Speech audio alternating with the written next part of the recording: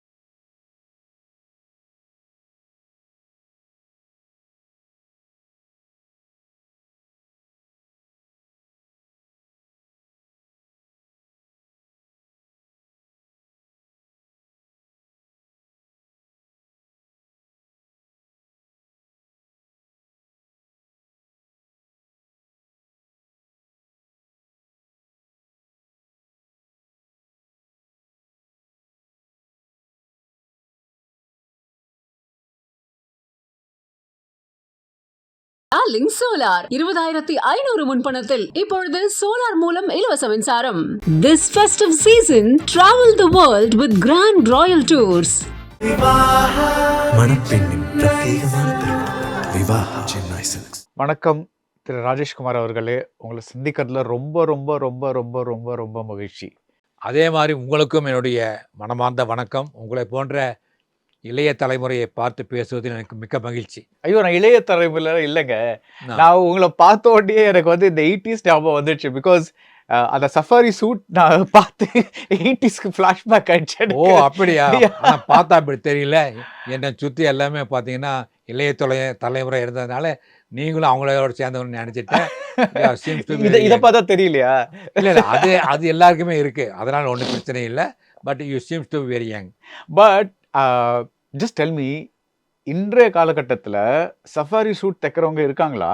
இருக்காங்க. அதாவது என்னுடைய டெய்லர் ஒருத்தர் இருக்காரு, அவர் இன்னும் வந்து தைச்சிட்டு இருக்காரு. என்னுடைய இதுதான் என்னுடைய அடையாளம்.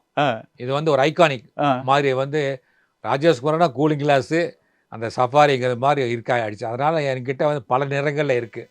ஆனால் என்னுடைய சன்ஸ் இப்போ என்ன சொல்கிறாங்கன்னா, அப்பா அதெல்லாம் வேண்டாப்பா, இப்போ டார்க் கலரில் ஸ்லாக்கு பேண்ட் போடுங்க, நல்லா இருக்குன்னு சொல்கிறாங்க. அதையும் சில நேரங்களில் போட்டு பார்த்துருக்கேன்.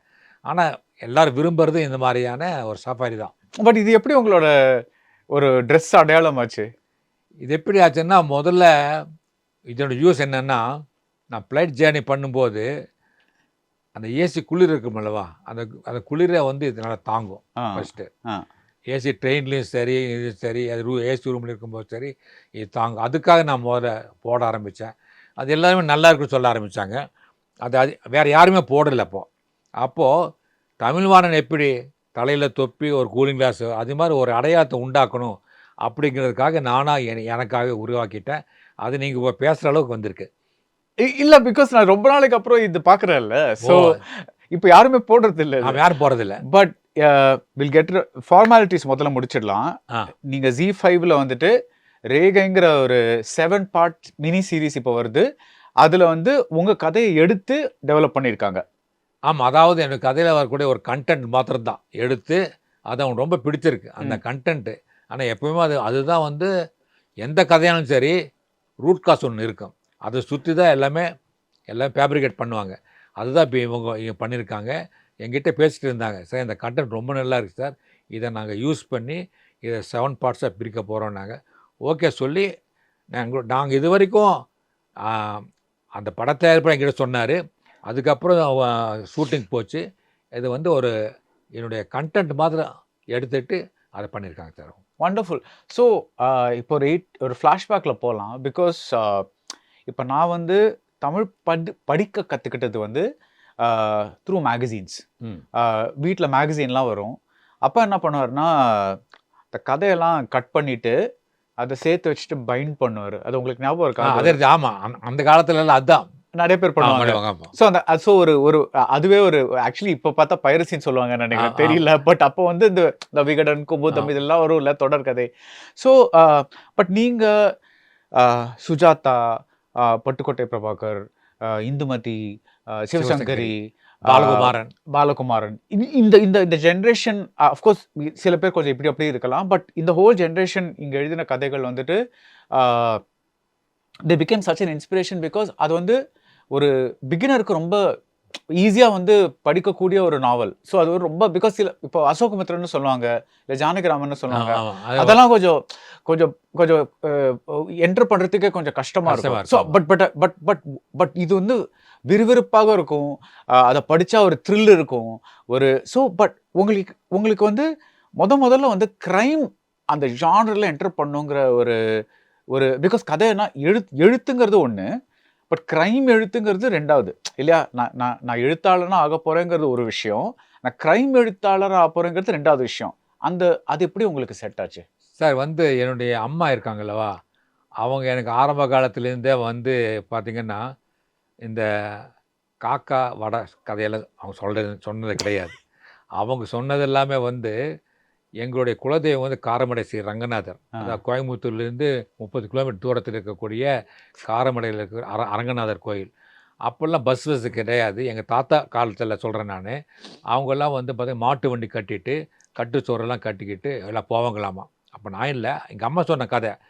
எங்கள் அம்மா கிட்ட நைட்டு நாங்கள் படுத்து தூங்கும்போது அவங்க சாப்பிட்டுட்டு எனக்கு பேசும்போது சொல்லுவாங்க, உங்கள் தாத்தாலாம் அந்த காலத்தில் வந்து கட்டை வண்டி கட்டிட்டு போன அந்த கோயிலுக்கு போயிட்டு இருந்தோம், இன்றைக்கி நான் பஸ்ஸில் போகிறோம், அப்போ வழியில் வந்து திருடனுங்க மறைஞ்சிருந்து அங்குவாங்க. அப்போ தாத்தா வந்து ஒரு கோல் எடுத்துகிட்டு போய் அவர் வந்து சிலம்பம் சுற்றுவார். அப்படிப்பட்ட தாத்தா, அவங்க தாத்தா வீரம் மிக்க தாத்தா, அடித்து துரத்துட்டு காரமடை கோயிலுக்கு போயிட்டு வருவார்.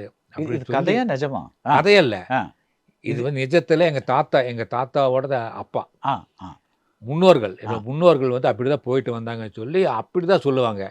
அப்புறம் மருதமலையில் வந்து 3 கல் நின்றுருக்கல்ல, அந்த 3 கல்லில் நீளமாக திருடர்கள் அவங்க மருதமலையில் இருக்கக்கூடிய உண்டியில் உடைச்சி நகையை திருட வந்தவங்க, அவங்கள வந்து தெய்வம் வந்து கல்லை சபிச்ச இன்னும் நின்றுருக்காங்க. இந்த மாதிரியான கதைகள் தான் எங்கள் அம்மா வந்து சொன்னாங்க ஃபஸ்ட்டு அந்த க்ரைம். ஸோ காக்கா வடை சுட்ட கதை ஆக்சுவலி. ஆமாம், making a bad joke but yeah அது சுட்ட வடை அது. ஆனால் அம்மா வந்து இது மாதிரி தான் சொல்லுவாங்க, அதை இன்ட்ரெஸ்டிங்காக சொல்லுவாங்க. அப்புறம் எனக்கு வந்து முதல் கதையை பார்த்திங்கன்னா மாலை முரசில் 1969 என்னுடைய காலேஜ் மெட்ஸு 1968 டிகிரி முடித்தேன். அப்போ காலேஜில் தான் முதல்ல சாவனரில் ஒரு கதை எழுதினேன். உங்கள் டிகிரி வந்து பாட்டனி, ஜுவாலஜி அண்ட் கெமிஸ்ட்ரி. அது முடித்த அந்த இயரில் வந்து காலேஜ் சாவனரில் ஒரு சிறுகதை வேணும்னு கேட்டாங்க. அதாவது என்னுடைய ஹெச்ஓடி மீனாட்சி சுந்தரம் அப்படின்னு சொல்லி பேர் நல்ல ஞாபகம் இருக்குது. அவர் வகுப்புக்கு வந்து நம்ம கிளாஸில் யாராவது ஒருத்தர் கதை எழுதி கொடுங்கன்னு கேட்டார். அப்போ எனக்கு பின்னாடி உட்காந்துட்டு இருக்கிற ஒரு பிரபாகரன் அப்படிங்கிற ஒரு பையன் வேணுமனே என்னை எல்லாத்தையும் தூண்டி விடுவான், என்னை மாட்டி விடுவான். சார் இவன் எழுதுவான் சார் கதை நல்லா அப்படின்னு சொல்லிவிட்டார். உடனே அவர் பார்த்துட்டு நாளைக்கு வரும்போது ஒரு கதை எழுதிட்டு வா சொல்லி போயிட்டார். அவர் என்னடா இவர் இப்படி சொல்லிட்டு போகிறாரு, நான் ஏன்டா இப்படி சொல்கிறேன்னு ஏதா எழுதி கொடுறான்னு சொல்லிட்டு போயிட்டாங்க. மறுநாள் நான் வந்து அதை பெருசாக எடுத்துக்காமல் நான் வந்த கிளாஸுக்கு வந்தேன். வந்த உடனே மீனாட்சி சுந்தரம் என்னை பார்த்து கதை எங்கன்னு கேட்டார். சரி கதைகள் தெரியாது சார் எனக்கு, அவன் சும்மா சொன்னான் சார், நான் வெளியே போ அப்படின்ட்டார். ஏன்னா அவர் எப்படியும் சாஃப்ட் ஸ்போக்கன், அப்படி பேச மாட்டார், என்னை கடுமையாக பேசினார். சொன்னால் பேச மாட்டேன், கேட்க மாட்டேன், அவர் கதைகள் சொன்னேன்ல வெளியே போ, கதையோட வா இல்லைன்னு போ அப்படின்ட்டார். அதுக்கப்புறம் தான் நான் இது ஒரு சீரியஸான மேட்ரு ஆகிடுச்சின்னு சொல்லி வீட்டுக்கு போய் அப்போ தான் முதலாக நான் வந்து கல்கி, குமுதம், விகடன் போன்ற பத்திரிகைகளை கோயம்புத்தூர் அங்கே வந்து வீதியில் தியாகராயர் படிப்பகம் ஒரு படிப்பகம், அந்த படிப்பகத்துக்கு போய் புரட்டி பார்க்குறேன். அம்புலி மாமா, கண்ணன் படித்து பார்த்தா அப்போ பார்த்தா நான் பார்த்த சாரதி, கல்கி, அகிலன், சிவசங்கரி இவங்கெல்லாம் வந்து எல்லாம் கதை எழுதிட்டுருக்காங்க, சுஜாதா எல்லாம் எழுதிட்டுருக்காங்க. நம்ம என்னடா எழுதுறது போகிறோம், இவங்கெல்லாம் பெரிய பெரிய ஆட்களாச்சே என்ன. அப்புறம் சரி ஏதாவது ஒன்று எழுதி கொடுத்துருவோம் அப்படின்னு சொல்லிட்டு 4-5 வரி படித்தேன். ஓ இப்படியெல்லாம் டைலாக் இருக்கா, சரி ஓகே. அப்போ நமக்கு என்ன தோணும் அந்த வயசில், எனக்கு இப்போ 21 வயசு, அப்போ என்ன தோணும் நமக்கு, காதல் கதை தான் தோணும். காதல் கணக்கு துவச்சேன். அதாவது ஒரு வில்லேஜ், அந்த வில்லேஜில் ஒரு தாழ்ந்த இனத்தை சேர்ந்த ஒரு டீ கடை வச்சுருக்காங்க. உயர்ந்த இனத்தை சேர்ந்த ஒருத்தர் வந்து ஒரு ஹோட்டல் வச்சுருக்காரு. அந்த ஹோட்டலில் கல்லால் இருக்கிற பையன் உயர்ந்த ஜாதி. அவன் அங்கிருந்து இந்த டீ கிளாஸ் கழுவுற ஒரு பொண்ணை பார்த்து 2 பேர் லவ் பண்ணுறாங்க. இது எப்படி தெரிஞ்சு ஊருக்கு தெரிஞ்சு ஒரு பஞ்சாயத்து நடக்குது. அப்போ என்ன சொல்கிறாங்க, ரெண்டு குடும்பமே இந்த ஊரை விட்டு போயிடணும். ஏன்னா மற்ற குழந்தைகளை கெட்டு போயிடுவாங்க அப்படின்னு சொல்லும்போது இவங்க 2 பேர் சொல்கிறாங்க, எங்களோட குடும்பத்தை ஏன் பிரிக்கிறீங்க, நாங்கள் போயிடுறோம் அப்படின்னு சொல்லி இவங்க 2 பேர் போல்டு டிசிஷன் எடுத்து இந்த சொல்கிறாங்க, ஊருக்குள்ளே வரக்கூடாது, ஊருக்கு வெளியே தான் நிற்கணும், எங்கேயோ தொலைங்கன்னு சொல்லி அனுப்பிச்சிடுறாங்க. இவங்க 2 பேர் வெளியே போயிடுறாங்க.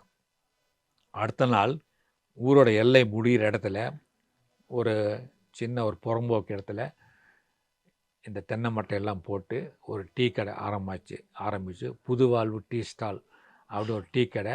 இவன் டீ போட்டுட்டு இருக்கான். அந்த பொண்ணு வந்து அந்த பெஞ்சில் உட்காந்துட்டு இருக்கவங்களுக்கு டீ கொடுத்துட்டு இருக்கு. கதை முடியுது.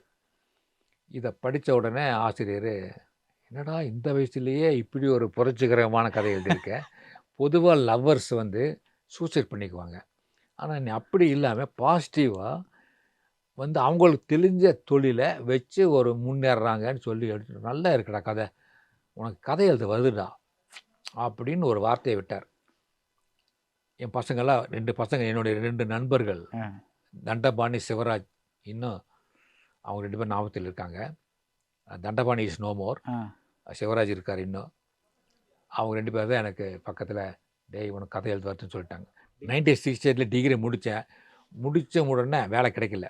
ஏன்னா பாட்டனி ஒரு ட்ரை சப்ஜெக்ட். இதே பிகாம் படிச்சிருந்தா ஒரு ஏதாவது ஒரு பேங்க்கில் வேலை கிடைச்சிருக்கும்.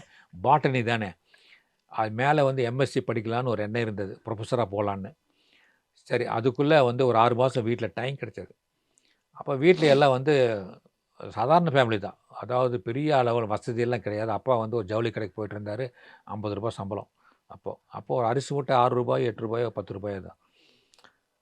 அப்போ வந்து நான் வந்து பசங்க சொன்னாங்க, டேய் அப்போ மாலை முரசுன்னு ஒரு பத்திரிக்கை 1969 முதல்ல கோயம்புத்தூரில் ஆரம்பித்தாங்க. அதில் சனிக்கிழமை முரசு மலர் அப்படின்னு ஒரு போட்டாங்க. அதில் அறிமுக எழுத்தாளர்கள், வாசகர்களே உங்களுக்கு கதை எழுத தெரியுமா, தெரிந்தால் எழுதி அனுப்புங்கள், 10 ரூபாய் பரிசுன்னு போட்டிருந்தாங்க. என்னுடைய ஃப்ரெண்ட்ஸ் 2 பேர், டேய் உனக்கு வந்து கதை எழுத தெரியுமா, எழுதி போடுறா, 10 ரூபா வந்தால் நான் 2 பேரும் ஹோட்டலில் போய் சாப்பிட்டு. அப்போல்லாம் ஹோட்டலுக்கு போனால் ஒரு தோசை 75 ரூபா, அது காசு 75 காசு, இட்லி 10 பைசா, காஃபி வந்து 25 காசு. ஒரு 2 இட்லி, ஒரு மசால் தோசை, ஒரு காஃபி சாப்பிட்டா 1.25 1.5 கூட போய் முடிஞ்சிடும். 3 பேர் சேர்த்தா 4.5 ரூபா தான் ஆகும். டிக்கெட் வந்து பால்கனி 1.5 ரூபா, 150, 3 பேர் சேர்த்தா 4.5. 10 ரூபாய்க்குள்ளே வந்து நல்லா வந்து நம்ம என்ஜாய் பண்ணலாம்டா, நம்ம வீட்டை வேறு காசு தர மாட்டேங்கிறாங்க, உனக்கு கதை எழுத தெரியுது, எழுதுறான்னு சொன்னாங்க. அந்த 10 ரூபாய்க்காக ஆசைப்பட்டு நான் முதல் கதை எழுத ஆரம்பித்தேன். அப்போ வந்து அலிபாபா 40 திருடர்களும் வந்த புதியது. அப்போ இந்த பாடல் ஒன்று, உன்னை விட மாட்டேன் உண்மையில் நானே என்னை அறிவேனே அப்படின்னு சொல்லி பானுமதி கையில் கத்தி வச்சுட்டு சுற்றி வருவாங்க. எம்ஜிஆர் ஒரு தூணில் கட்டி போட்டிருப்பாங்க. அவர் எம்ஜிஆர் எப்போ குத்த போகிறாங்கன்னு நினச்சிட்டே இருப்பாங்க ஜனங்க. அது 50களில் வந்த படம் இல்லை எது? அதுக்கப்புறம் படம் வந்துட்டு ரீரிலீஸ் வந்தது இல்லை, அப்போ தான் நான் பார்த்தேன். அப்போ வந்து அந்த கத்தியை அந்த குத்துற மாதிரி போவாங்க, கடைசியில் வந்து பின்னாடி கைத்தை கட்ட வந்து அறுத்து விட்டுருவாங்க. எம்ஜிஆர் தப்பிப்பார், ஜெயா ஒரு சண்டை நடக்கும். எனக்கு அந்த ட்விஸ்ட் ரொம்ப பிடிச்சது. இப்படிப்பட்ட அப்போ தேட்டரே அல்லோலப்படும், கைத்தட்டுவாங்க, சிரிப்பாங்க. இப்படி ட்விஸ்ட்டு வச்சா நல்லா இருக்கும் போல இருக்க கதையில், அப்போ ட்விஸ்ட்டு வச்சு கதை எழுதலாம். ஏன்னா ட்விஸ்ட்டுங்கிறது அப்போ தான் எனக்கு தோணுது. ஜனங்க வந்து க்ரைமை விரும்புகிறாங்க, அதாவது குத்த போகிறாங்க ஆனால் குத்தலை, ஆனால் வந்து தப்பிக்கிறாரு, இது வந்து ரொம்ப நல்லா இருக்குது அப்படின்னு நினச்சிட்டு சரி என்ன கதை எழுதலாம் அப்படின்னு யோசனை பண்ணேன். அப்போ எல்லோரும் வந்து ஆட்களை வச்சு கதை எழுதுவாங்க. ஒருத்தன் லவ் பண்ணா, ஒருத்தன் அங்கே போனாங்க. நான் வந்து முதலாக ஒரு பாஸ்போர்ட் சைஸ் ஃபோட்டோ கதை சொல்லுது, ஒரு பாஸ்போர்ட் சைஸ் ஃபோட்டோ வந்து கதை சொல்கிற மாதிரி எழுது, உன்னை விட மாட்டேன். அந்த பாஸ்போர்ட் சைஸ் ஃபோட்டோ, என்னுடைய பெயர் சங்கர், நான் இப்போ பாஸ்போர்ட் சைஸில் என்னுடைய நண்பன் முரளியோட பாக்கெட்டில் இருக்கேன். பாக்கெட்டில் அவன் வந்து 4-5 காசு இருக்குது, நாளெலாம் இருக்குது. இவன் வந்து ரொம்ப சந்தோஷமாக இருக்கான். ஆனால் இவன் உண்மையிலே கெட்டவன். இவன் வந்து நான் காதலிச்ச பொண்ணை இவன் கெடுத்து அவள் தற்கொலைக்கு காரணமானவன். என்னுடைய காதலை செத்து போனதால நான் சூசைட் பண்ணிக்கிட்டேன் கிணத்துல விழுந்து. ஆனால் இவனுக்கு எல்லாம் தெரியும், இந்த 2 மரணங்களுக்கு காரணம் நான் தான். ஆனால் வெளியே தெரியக்கூடாதுங்கிறதுக்காக இவன் என்ன பண்ணுறான்னா, என்னோடய ஃபோட்டோவை எடுத்து வச்சுக்கிட்டு அடிக்கடி பார்த்து அழுதுட்டு இருக்கான்.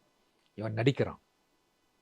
இவனை பழி வாங்கணும், அதுக்காக நான் துடிச்சிட்டு இருக்கேன். ஆனால் சந்தர்ப்பம் எப்படி? நான் ஒரு ஃபோட்டோ, நான் என்ன பண்ண முடியும்? என்னால் என்ன பண்ண கோபம் வருது பாரு. வெள்ளரிக்காய் சாப்பிட்றான், வேர்க்கடலை சாப்பிட்றான், சிரித்து பேசுகிறான், எவ்வளோ அப்படி சொல்லி அந்த ஃபோட்டோ கோவப்பட்டு அந்த கதை சொல்லிட்டே வருது. சொல்லிட்டு வரும்போது டிக்கெட் பரிசோதகர் வர்றாரு. இவன் வந்து டிக்கெட் அப்போ வந்து அட்டையிலான ஒரு உங்களுக்கு அந்த ட்ரெயின் டிக்கெட் இருக்கும், ஒரு அட்டை இருக்கும், அட்டையில் பின் பண்ணியிருப்பாங்க, ஒரு கெட்டி அட்டை. அதை எடுக்கிறான். எடுக்கும்போது நான் ஃபோட்டோ கீழே விழுந்தேன். நான் விழுந்தேன் கீழே. இவன் டிக்கெட்டை கொடுத்துட்டு என்னை ஃபோட்டோ என்னை எடுக்க குனிந்தான். அப்போ காற்று வேகமாக அடித்தது. நான் அப்படியே புரண்டு போய் அவன் பின்னாடி துரத்துட்டே வந்தான். நான் போய் ஜன்னல் கதவோடு போய் ஒட்டிக்கிட்டேன். எடுக்க குனிந்தான், நான் கீழே விழுந்தான், அவனும் விழுந்தான். கதை முடிஞ்சது. இதுதான் கதை. அவன் செத்துட்டான், இது விழுந்து அவன் விழுந்தான். இந்த கதையை மாலைமுரசு ஆசிரியர் படிச்சுட்டு என்னை உடனே ஒரு ஆள் அனுப்பிச்சு, சைக்கிளில் ஒருத்தர் வந்தார், உங்களை மாலைமுரசு ஆசிரியர் கூட்டி வர சொன்னார்னு சொன்னான். அப்போ மாலைமுரசு பத்திரிக்கை வந்து நம்ம வீட்டுக்கு கொஞ்சம் தொலைவு தான் இருக்கும். மாலைமுரசுங்கிறது அந்த நியூஸ் பேப்பர் தானே சொல்கிறீங்க? ஆமாம், மாலைமுரசு வந்த புதுசு அது. ஓகே. அப்போ தான் மாலை பத்திரிக்கை ஒன்று வருது. அது வரைக்கும் தினத்தந்தி தினமணி வரும். மாலையில் முதல்ல பத்திரிக்கை வந்தது அதுதான். 1969. நான் உடனே போனேன். அங்கே வந்து ஜெயபாண்டியன், நல்லா ஞாபகம் இருக்கு இன்னும், ஜெயபாண்டியன் சொல்லி ஒரு ஆசிரியர் இருந்தார். அவர் போனவொன்னு எழுதிச்சு வந்து கையை பிடிச்சிட்டு, ரொம்ப சின்ன பையனாக இருக்கேன், நல்ல அருமையாக கதை எழுதியிருக்கப்பா, புது கோணத்தில் எழுதியிருக்கேன், உனக்கு ஒரு எதிர்காலம் இருக்குது, அடிக்கடி எழுதுனீ அப்படின்னாரு. அந்த பாராட்டுன்னு சொல்லிவிட்டு அந்த 2 நாள்லேயே எனக்கு மணி ஆர்டரில் 10 ரூபா வந்தது. போஸ்ட்மேனுக்கு ஒரு 4 அணா டிப்ஸு. அவர் ரொம்ப சந்தோஷப்பட்டார். சந்தோஷப்பட்டுட்டு 9.25 ரூபாயில் ஹோட்டலில் டிஃபன், 4.5 ரூபாய்க்கு, 4.5 ரூபாய்க்கு சினிமா பார்த்துட்டு. எந்த படம் ஞாபகம் இருக்கா? எது? அப்போ எந்த படம் பார்த்தீங்க ஞாபகம் இருக்கா? அப்போ ராயல் தேட்டரில் ஒரு படம் பார்த்தேன், ஞாபகம் இல்லை சார், அது ஞாபகம் இல்லை. ராயல் தேட்டர் தான் பழைய தேட்டரு, அந்த தேட்டர் தான் 1.5 ரூபா மேலே பால்கனி. இல்லை, இவ்வளோ ஞாபகம் வச்சுருக்கீங்களா? அது பேரெல்லாம் ஞாபகம் இருக்குது, படம் ஞாபகம் வரல, என்னென்னு வரல. அப்புறம் பிராமணன் கப்பையில் போனால் அங்கே வந்து பார்த்திங்கன்னா வெங்காய ரோஸ்ட்டு சூப்பராக இருக்கும். கிருஷ்ணா பவன்னு சொல்லி ஒரு பவனம் இருக்கும், வெங்காய ரோஸ்ட்டு சூப்பராக இருக்கும். நெய் ரவா அதெல்லாம் பார்த்திங்கன்னா 75 காசு. ஒரு 2 இட்லி பார்த்திங்கன்னா 10 பைசா, பெரிய இட்லி 2 இட்லி, ஒரு வெங்காய ரோஸ்ட்டு, காஃபி அவ்வளோ சூப்பராக இருக்கும். சாப்பிட்டா வந்து 1.25 ரூபாய்க்கு எல்லாம் முடிஞ்சிடும். அப்போ பசங்க 2 பசங்க, டேய் நீ அடிக்கடி கதை எழுதுறா, கொஞ்சம் 10 ரூபாய் கிடைக்கும், நாம் சாப்பிட்டுட்டு சினிமா பார்க்க வேண்டாம்னு சொல்லி. இந்த டிஃபனுக்கும் சினிமாவுக்கும் ஆசைப்பட்டது தான் இந்த வளர்ச்சிக்கு காரணம். பிரில்லியன்ட். அப்போது நம்ம க்ரைம் எழுத வருதுன்னு தெரிஞ்சுக்கிட்டேன் நான். ஏன்னா அந்த கதை ஒரு க்ரைம் கதை. அப்போ நான் வந்து தொடர்ந்து க்ரைம் கதைலாம் எழுதி போட ஆரம்பித்தேன். அப்போ பார்த்திங்கன்னா தினமணி, சாவி இந்த பத்திரிக்கையில் வந்துட்டு இருந்தது. ஆனால் எனக்கு அன்றைக்கு மிகப்பெரிய ஒரு சர்க்குலேஷன் இருந்த பத்திரிக்கை குமுதம். 6 லட்சம் பிரதிகள் வித்துட்டு இருந்த ஒரு பிரதி. விகடனும் அதே மாதிரி அந்த அளவுக்கு விற்ற ஒரு. இந்த குமுதம் விகடனில் கதை வரணும்னு ஆசைப்பட்டேன். ஆனால் அதுக்கு பிரம்ம பிரயத்தனம். அது உள்ளுக்குள்ளே நுழையிறது ரொம்ப கஷ்டம்னு சொன்னாங்க. ஏன்னா அது ஒரு கடல் மாதிரி ரெண்டுமே. நமக்கெல்லாம் வாய்ப்பு வருமா வராதுன்னு சொல்லி நான் பாட்டுக்கு எழுதி போட்டுட்டு இருந்தேன். அது ரிட்டர்ன் ஆகிட்டே இருந்தது கதைகள். என்னால் ஒரு கட்டத்தில் பார்த்திங்கன்னா 167 கதை 4 வருஷம், 1970 1973 77 வரைக்கும் எழுதி வாரம் எழுதி போட்டு எல்லாம் அப்படியே கிணத்துல போட்ட கல் மாதிரி இருக்குது. ஒரு நாள் கோவப்பட்டு நான் சென்னைக்கு வந்தேன். சென்னைக்கு புரசைவாக்கத்தில் ஐரோடில் அபிராமி தேட்டர் இப்போ கட்டிட்டு இருக்காங்க, அஸ்தரம் போட்டுட்ருக்காங்க. பக்கத்தில் தான் குமுத ஆஃபீஸ். அங்கே போய் குமுத ஆஃபீஸில் அந்த பியூனுக்கிட்ட, அந்த வெளியே செக்யூரிட்டிக்கிட்ட, உள்ளே ஆசிரியரை பார்க்கணுன்னு, உள்ளே அனுப்ப முடியாது, நீங்கள் யாருன்னு கேட்டால், என் பேர் ராஜேஷ்குமார், நான் கோயம்புத்தூர்லேருந்து வர்றேன். அப்பயே உங்க பேர் மாத்திட்டீங்க. மாற்றிட்டேன் அப்பயே மாற்றிட்டேன். ஆ. அவரை பார்க்கணுன்னு. ஆசிரியர்லாம் பார்க்க முடியாது, வெளியே போங்க, போங்க போங்க அடிச்சு சொல்லிட்டான். அப்போ பால்யன்னு ஒருத்தர் இருந்தார். அவர் வந்து குமுதத்தில் வந்து சீஃப் ரிப்போர்ட்டர். அவர் வந்து கையில் ஒரு கக்கத்தில் ஒரு பை வச்சுருப்பார். வேகமாக வந்தார். வந்து என்னை பார்த்துட்டு, யார் நீங்கள் என்ன கேட்டார். சார் என் பேர் ராஜேஷ்குமார், கோயம்புத்தூர்லேருந்து வர்றேன், ஆசிரியர் பார்க்கணுன்னு ஆசையாக இருக்குது சார் அப்படின்னு. வெளில விட மாட்டேங்கிறாங்க சார். உடனே செக்யூரிட்டி, ஏன் அவர் கோயம்புத்தூர்லேருந்து வந்திருக்காரு, உள்ளே விடுங்கய்யா, போய் பார்க்கட்டும் அவர், இல்லை திட்டுவாங்க ஐயா, நான் பார்த்துக்கிறேன் விடு. உள்ளே கூப்பிட்டு போனார். போய் அவர் தோல்மை கை போட்டு, யாரை பார்க்கணும் என்ன சார், யார் சார் ஆசிரியர்னு கேட்டேன். இங்கே 3 பேர் இருக்காங்க. முன்னாடி போனால் புனிதன் ஒருத்தருக்கான் பார், அடுத்து ஜாரா சுந்தரேசன், பாக்கியம் ராமசாமி, உள்ள ராக்கி ரங்கராஜன் ஒருத்தர் இருக்கார். ராக்கி ரங்கராஜன், அவரை போய் பாருங்கள் அப்படின்னார். ஸோ உள்ளே போனால் அதே புனிதன் ஜாரா சுந்தரேசன் உட்காந்துருந்தாங்க. என்ன வேணும்னு கேட்டார். சார் கோயம்புத்தூர்லேருந்து வர்றேன் சார், என் பேர் ராஜேஷ்குமார், ஆசிரியர் பார்க்கணும். உள்ளே போய் பாருங்கட்டார். உள்ளே போனால் ராக்கி ரங்கராஜன் வந்து டேபிள் மேலே ஏறி ஒரு அட்டாளியில் என்னமோ ஒரு ஃபைலு என்னமோ தேடிட்டு இருக்கார். திரும்பி பார்த்தார். யார் நீ அப்படின்னு கேட்டார் சத்தமாக. சார் என் பேர் ராஜேஷ்குமார் சார், கோயம்புத்தூர்லேருந்து வர்றேன். என்ன வேணும் கேட்டேன். சார் கதையை நிறைய எழுதியிருக்கேன் சார், அவனுக்கு ஒன்று கூட வரல, இதை பார்த்துட்டு போகலான்னு வந்தேன். நல்லா இருந்தால் வரும் போங்க அப்படின்ட்டார். சார் நல்ல கதை தான் சார், காக்கைக்கு தன் குண்டுக்கு பொன் குஞ்சு அப்படி தான் சொல்லுவீங்க, நாங்கள் படித்து பார்த்து சொல்லுவோம், போங்க போங்க அப்படின்ட்டார். அப்புறம் நான் என்னடா மரியாதை கூட தர மாட்டேங்கிறாங்க, இப்படி பேசுகிறாங்க, சரி போகலாம் சார். திரும்பினேன். நில்லுங்க அப்படின்னார். என்ன எத்தனை கதை எழுதிருக்கீங்க கேட்டார். எத்தனை கதை அனுப்பியிருக்கீங்கன்னு கேட்டார். நான் சொன்னேன், சார் 167 கதை சார், டைரியில் எழுதி வச்சுருக்கேன் சார் பேர். அப்படியே ஸ்டன் ஆகிட்டார் அவர். கண்ணபிரான் அப்படின்னு கூட்ட. அப்போ வந்து அங்கே ஒருத்தர் இருக்கிற அவர் பிஏ கண்ணபிரான், அந்த பேரில் ஞாபகம் இருக்கு எனக்கு. கண்ணபிரான் அப்படின்னு இவர் ராஜேஷ்குமார் சொல்கிறாரு, கோயம்புத்தூர்காரரு 167 கதை அனுப்பிச்சிருக்காராம்மா. வருதா? ஆமாம் சார், வாரம் வாரம் வந்து 4 கதை, நான் 5 கதை வருது சார், எடுத்து அங்கே போட்டிருக்கேன் சார். உடனே அவர் கீழே இறங்கி, ஏன்ப்பா அவர் அவ்வளோ கஷ்டப்பட்டு எழுதியிருக்காரு, தூக்கி மூளையில் போட்டிருக்கேன்னு சொல்கிறேன், அதையெல்லாம் டேபிளுக்கு கொண்டு வா, நான் படித்து பார்க்குறேன். எப்படி அனுப்புவீங்க? ஒரு டைப் பண்ணிவிட்டு? டைப் இல்லை, கையில் எழுதி நான் கவரில் போட்டு ஸ்டாம்ப் போட்டு அனுப்பிச்சிருவேன். அப்படியே ஜெராக்ஸ் கிடையாது. இப்போ மேலே வந்து உள்ளே கதை அப்படியெல்லாம் கிடையாது. ஆசிரியர் குமுதம் அவ்வளோதான். அவங்களுக்கு உள்ள என்ன இருக்குன்னு எப்படி தெரியும்? அவங்க வந்து பிரிப்பாங்க. பிரித்து தான் தெரியும். பிரித்த உடனே உள்ள சிறுகதையும் தூக்கி போட்டுருவாங்க. அப்படி நான் வந்து உடனே போய் அவர் வந்து, நீங்கள் போங்க ஊருக்கு போங்க, நான் படித்து பார்த்துட்டு சொல்கிறேன் அப்படின்னாரு. ஊருக்கு போனேன். ஊருக்கு போய் பார்த்தா ஒரு மாதம் ஒரு தகவலே இல்லை. 1977 வருஷம் அக்டோபர் மாதம், நல்ல ஞாபகம் இருக்குது. ஒரு நாள் குமுதம் வாங்கி புரட்டுறேன், என்னோடய கதை வந்திருக்குதுல. இது நியாயமா ராஜேஷ்குமார்னு போட்டு முதல் கதை 1977 குமுதத்தில் வந்த கதை, இது நியாயமா. அது என்னுடைய மனக்குமரலை கொட்டின மாதிரி, இது நியாயமான்னு ஒரு கதை. அப்போது வந்து அதுலேயும் ஒரு ட்விஸ்ட்டு தான் கதை. உடனே அவருக்கு நன்றி தெரிவித்து போட்டேன். அடுத்த தடவை வந்து சென்னைக்கு வந்தப்போ அவர் போய் பார்த்து அவருக்கு நன்றி சொல்ல போனேன். அப்போ அவர் ஒரு வார்த்தை சொன்னார், குமுதத்துக்கு எழுதுறதா இருந்தால் நீங்கள் வந்து ஒரு விஷயத்தை வச்சுக்கோங்க, கதையை படித்து முடித்தோடனே அட சொல்லணும், அட அப்படின்னு சொல்லணும். அது மாதிரி ட்விஸ்ட் வேணும். அது வந்து சமூக கதையாக இருந்தாலும் சரி, க்ரைம் கதையாக இருந்தாலும் சரி, இதுதான் இந்த கதை, இந்த குமுதத்தோட பல்ஸு. ஸோ வளன்னு எழுதக்கூடாது அப்படின்னு சொல்லி ஒரு அட்வைஸ் சொன்னார் எனக்கு. அப்போ வந்து அதை பிடிச்சிக்கிட்டேன். அப்புறம் பார்த்தா ஒவ்வொரு பத்திரிக்கையும் ஒரு பல்ஸ் இருக்குது. குமுதத்துக்கு ஒரு பல்ஸு, விகடனுக்கு ஒரு பல்ஸு, கலைமகளுக்கு ஒரு பல்ஸு, அப்புறம் ராணிக்கு ஒரு பல்ஸு. ராணிக்கெல்லாம் பார்த்து கிராமத்தை புறத்தை சேர்ந்த வாசகர்கள், அவங்களுக்கு தகுந்த மாதிரி எழுதணும். விகடனுக்கு கொஞ்சம் ஹைஃபை, குமுதத்துக்கு ஒரு மாதிரி, இது மாதிரியெல்லாம் வந்து என்னை பிரிச்சுக்கிட்டு நான் வந்து கதைகள் எழுத ஆரம்பித்தேன். அப்போது தமிழ்வாணனுக்கு வந்து ஒரு பெரிய வாசகர் கோட்டை இருந்தது. அந்த தொப்பி, அந்த கண்ணாடி, தமிழ்வாணனுடைய அந்த சங்கர்லால் கேரக்டரு, இதெல்லாம் வந்து ஜனங்கள் மத்தியில் வந்து ஒரு பிரபலமான இது மாதிரி நாம் எழுதணும் அப்படின்னு நினச்சேன். இன்னொரு விஷயம், நான் க்ரைம் கதை தொடர்றதுக்கு காரணம், அப்போ இருக்க ஜாம்பவான்கள் எல்லாம் வந்து பார்த்திங்கன்னா சமூக கதை எழுதிட்டு இருந்தாங்க. கல்கி, நாப்பாத்த சாரதி, சிவசங்கரி, இந்துமதி, அப்புறம் வந்து மூவா கூட அப்படி எழுதிட்டு இருந்தார்.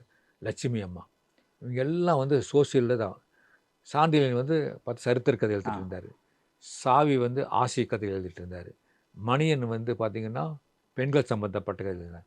க்ரைம் கதைங்கிறது வந்து தமிழ்வாணன் மட்டும் எழுதிட்டு இருந்தார். சுஜாதா அப்பப்போ எழுதுவார். அப்போ நான் ஒன்று நினச்சேன், நாம் தொடர சப்ஜெக்ட் இவங்க தொடக்கூடாது, அது மாதிரி தொடரணும்னு சொல்லி க்ரைம் கதை தொட்டு அதில் விஞ்ஞானத்தை கலப்போம். அதாவது க்ரைம்னா ஒருத்தரை கொலை செய்கிறது, பேங்கை கொள்ளையடிக்கிறது, ஒரு பெண்ணை பாலியல் பலாத்காரம் அல்ல. அதையும் மீறி உளவியல் ரீதியாகவும் மருத்துவ ரீதியாகவும் வேறு துறைகளில் பலவிதமான க்ரைம்கள் நடக்குது. நீங்கள் இதை ஒரு பேட்டியில் ரொம்ப அழகாக சொல்லியிருந்தீங்க. அப்போ வர க்ரைம் கதைகள்லாம் பணம், பெண், பகை, ஆமாம், இந்த 3 விஷயத்தை பற்றி தான் இருந்தது. ஆமாம், நான் தான் அறிவியல். ஆமாம், அறிவியல்லையும் மருத்துவத்திலையும் மனிதனோட இன்னொரு பக்கம், அதாவது ஒவ்வொரு மனிதனும் தனிமையில் இருந்தால் அவனுடைய க்ரைம் வெளிப்படும். ஒவ்வொரு மனிதன்கிட்டையும் ஒவ்வொரு க்ரைம் இருக்குது. அதுதான் போய் பேசுறது க்ரைம் தான், அடுத்த வீட்டை பெண்ணை தப்பாக பார்க்குறதும் க்ரைம் தான். எல்லாத்துலையும் க்ரைம் இருக்குது. நம்ம க்ரைம் பண்ணால் இப்படி நினச்சிட்டு இருக்கோம், அப்படி கிடையாது அப்படின்னு சொல்லி முதல்ல புரிஞ்சுக்கிட்டு என்னுடைய கதைகளில் வந்து விஞ்ஞானத்தை கலந்தேன், மருத்துவத்தை கலந்தேன், உளவியல் ரீதியாக என்னென்ன பிரச்சனைகள் வருது அதை கலந்தேன். அதனால தான் என்னோடய கதைகள் வந்து ஆச்சரியமாக இருக்குது. அதே மாதிரி கதையோட அந்த களங்களை மாற்றினேன். இப்போது அந்த காலத்து ரைட்டர்ஸ் எல்லாம் சென்னை மட்டும் வச்சு எழுதுவாங்க. சென்னை ஒன்று தான் தமிழ்நாட்டில் ஊருங்கிற மாதிரி எழுதுவாங்க. வண்ணாரப்பேட்டை, தேனாம்பேட்டை, மீனம்பாக்கம், மயிலாப்பூர், டி நகர், பீச்சு, இதைத்தான் எழுதுவாங்களே தவிர மற்ற ஊரை பற்றி எழுத மாட்டாங்க. அப்போ நான் நினச்சிக்கிட்டேன், இந்த சென்னையை முதல்ல விடணும், கோயம்புத்தூர் வச்சு எழுதுவோம். கோயம்புத்தூரில் ஆர்எஸ்புரம், திவான் பகதூர் ரோடு, காந்திபுரம், லிங்கம் செட்டி வீதி, ரங்கியா கோட்ரு வீதி, இது மாதிரி வால்பாறை, ஊட்டி, இது மாதிரி வந்து இந்த சுற்றி நாம் எழுதும்போது வேறு தளத்துக்கு போயிடும். அதே மாதிரி என்னுடைய பிஸ்னஸ் கவனிக்கும்போது நான் வந்து பெங்களூர், ஹுப்ளி, பெல்காம், கோலாப்பூர், புனே, நாக்பூர், அக்கோலா, அமராவதி, டெல்லி வரைக்கும் போவேன் டூர். அப்போது அந்தந்த ஊர்களில் நடக்கக்கூடிய கதைகளை வச்சு நான் எழுதுவேன். அந்த பின்புலத்தில் எழுதுவேன். சலார்ஜங் மியூசியத்தில் ஒருத்தி, ஹைதராபாத்தில் நடக்கும் கதை. அப்போது கதை படிக்கிறவங்களுக்கு சலார்ஜங் மியூசியங்கிறது ஹைதராபாத்தில் இருக்குது, அங்கே எப்படி நடக்குது கதை சொல்லி. ரவிவாப்பேட்டில் அப்படின்னு ஒரு கதை. அப்புறம் விக்டோரியா டெர்மினஸ்லேருந்து மாத்துங்கா வரை அப்படின்னு ஒரு டைட்டிலில் ஒரு கதை. இதர் ஹை அப்படிங்கிற டைட்டிலில் ஒரு கதை. இதெல்லாம் வந்து நான் வந்து வாழ்க்கையில் பார்த்தது. அதாவது நம்மளை சுற்றி கதைகள் நிறைய இருக்குது. இப்போ ட்ரெயினில் ட்ராவல் பண்ணுறோன்னா எனக்கு பக்கத்தில் இருக்க இன்னொருத்தங்கிட்ட கதை சொல்லிட்டு இருப்பான். அவன் வீட்டில் நடந்தது, அவனுக்கு நேர்ந்தது, அதுலேருந்து ஒன்று எடுப்பேன், ஒரு விஷயத்தை எடுப்பேன். அது கதைங்கிறது என்னென்னா ஒரு பிரச்சனை, அதை சால்வ் பண்ணுறது, அவ்வளோதான், ஒன்றுமே கிடையாது. இது வந்து நீ அப்படி சொல்கிறீங்க, பட் அது முடியாது. அதாவது அதுக்குன்னு வந்து மெனக்கடணும் சார், ஒன்று. ரெண்டாவது ஒரு ப்ரொஃபஷன் லவ் பண்ணணும். நான் வந்து ஐ லவ் மை ப்ரொஃபஷன். உண்மையே நான் மெனக்கிடுறேன். ஒரு விஷயம் தெரியணுமா. நீங்கள் ப்ரொஃபஷனாக நீங்கள் இதை கதை எழுதுறது சொல்கிறீங்களா இல்லை கதை எழுத சொல்கிறேன். நான் வந்து படித்தது வந்து பிஎஸ்சி பிஎட், அதுக்கப்புறம் பிஎட் படித்தேன், டீச்சராக இருந்தேன், 5 வருஷம் டீச்சராக இருந்தேன். அந்த டீச்சராக இருந்தப்போ தான் நான் வந்து ஒரு மாணவனுக்கு புரியும்படியாக நான் பாடத்தை நடத்தினேன். மற்ற டீச்சர்ஸ் நடத்துறதுக்கும் நான் நடத்துறதுக்கு நிறைய வித்தியாசம் இருந்தது.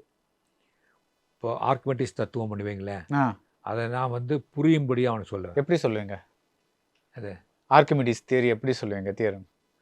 ஒரு பொருள் வெள்ளத்தில் மூழ்கி இருக்கும்போது அது வெளியேற்றப்பட்ட தண்ணீரினுடைய கனவுவதற்கும் இதற்கும் சமமாக இருக்கும். இல்லை, அது வந்து அது இப்போ நான் ஒரு மாணவன்னா எனக்கு புரிகிற மாதிரி எப்படி சொல்லுவீங்க? நீங்கள் ஏதாவது ஒரு கதை மாதிரி சொல்லுவீங்களா இல்லை? அதாவது அப்போ வந்து அவனுக்கு எப்படி சொல்லுவேன்னா, கதை மாதிரிலாம் சொல்ல மாட்டேன். நான் படித்த அறிவை யூஸ் பண்ணி அவன் அதை எளிமைப்படுத்துவேன். அந்த வார்த்தைகளை மட்டும் எளிமைப்படுத்துவேன்.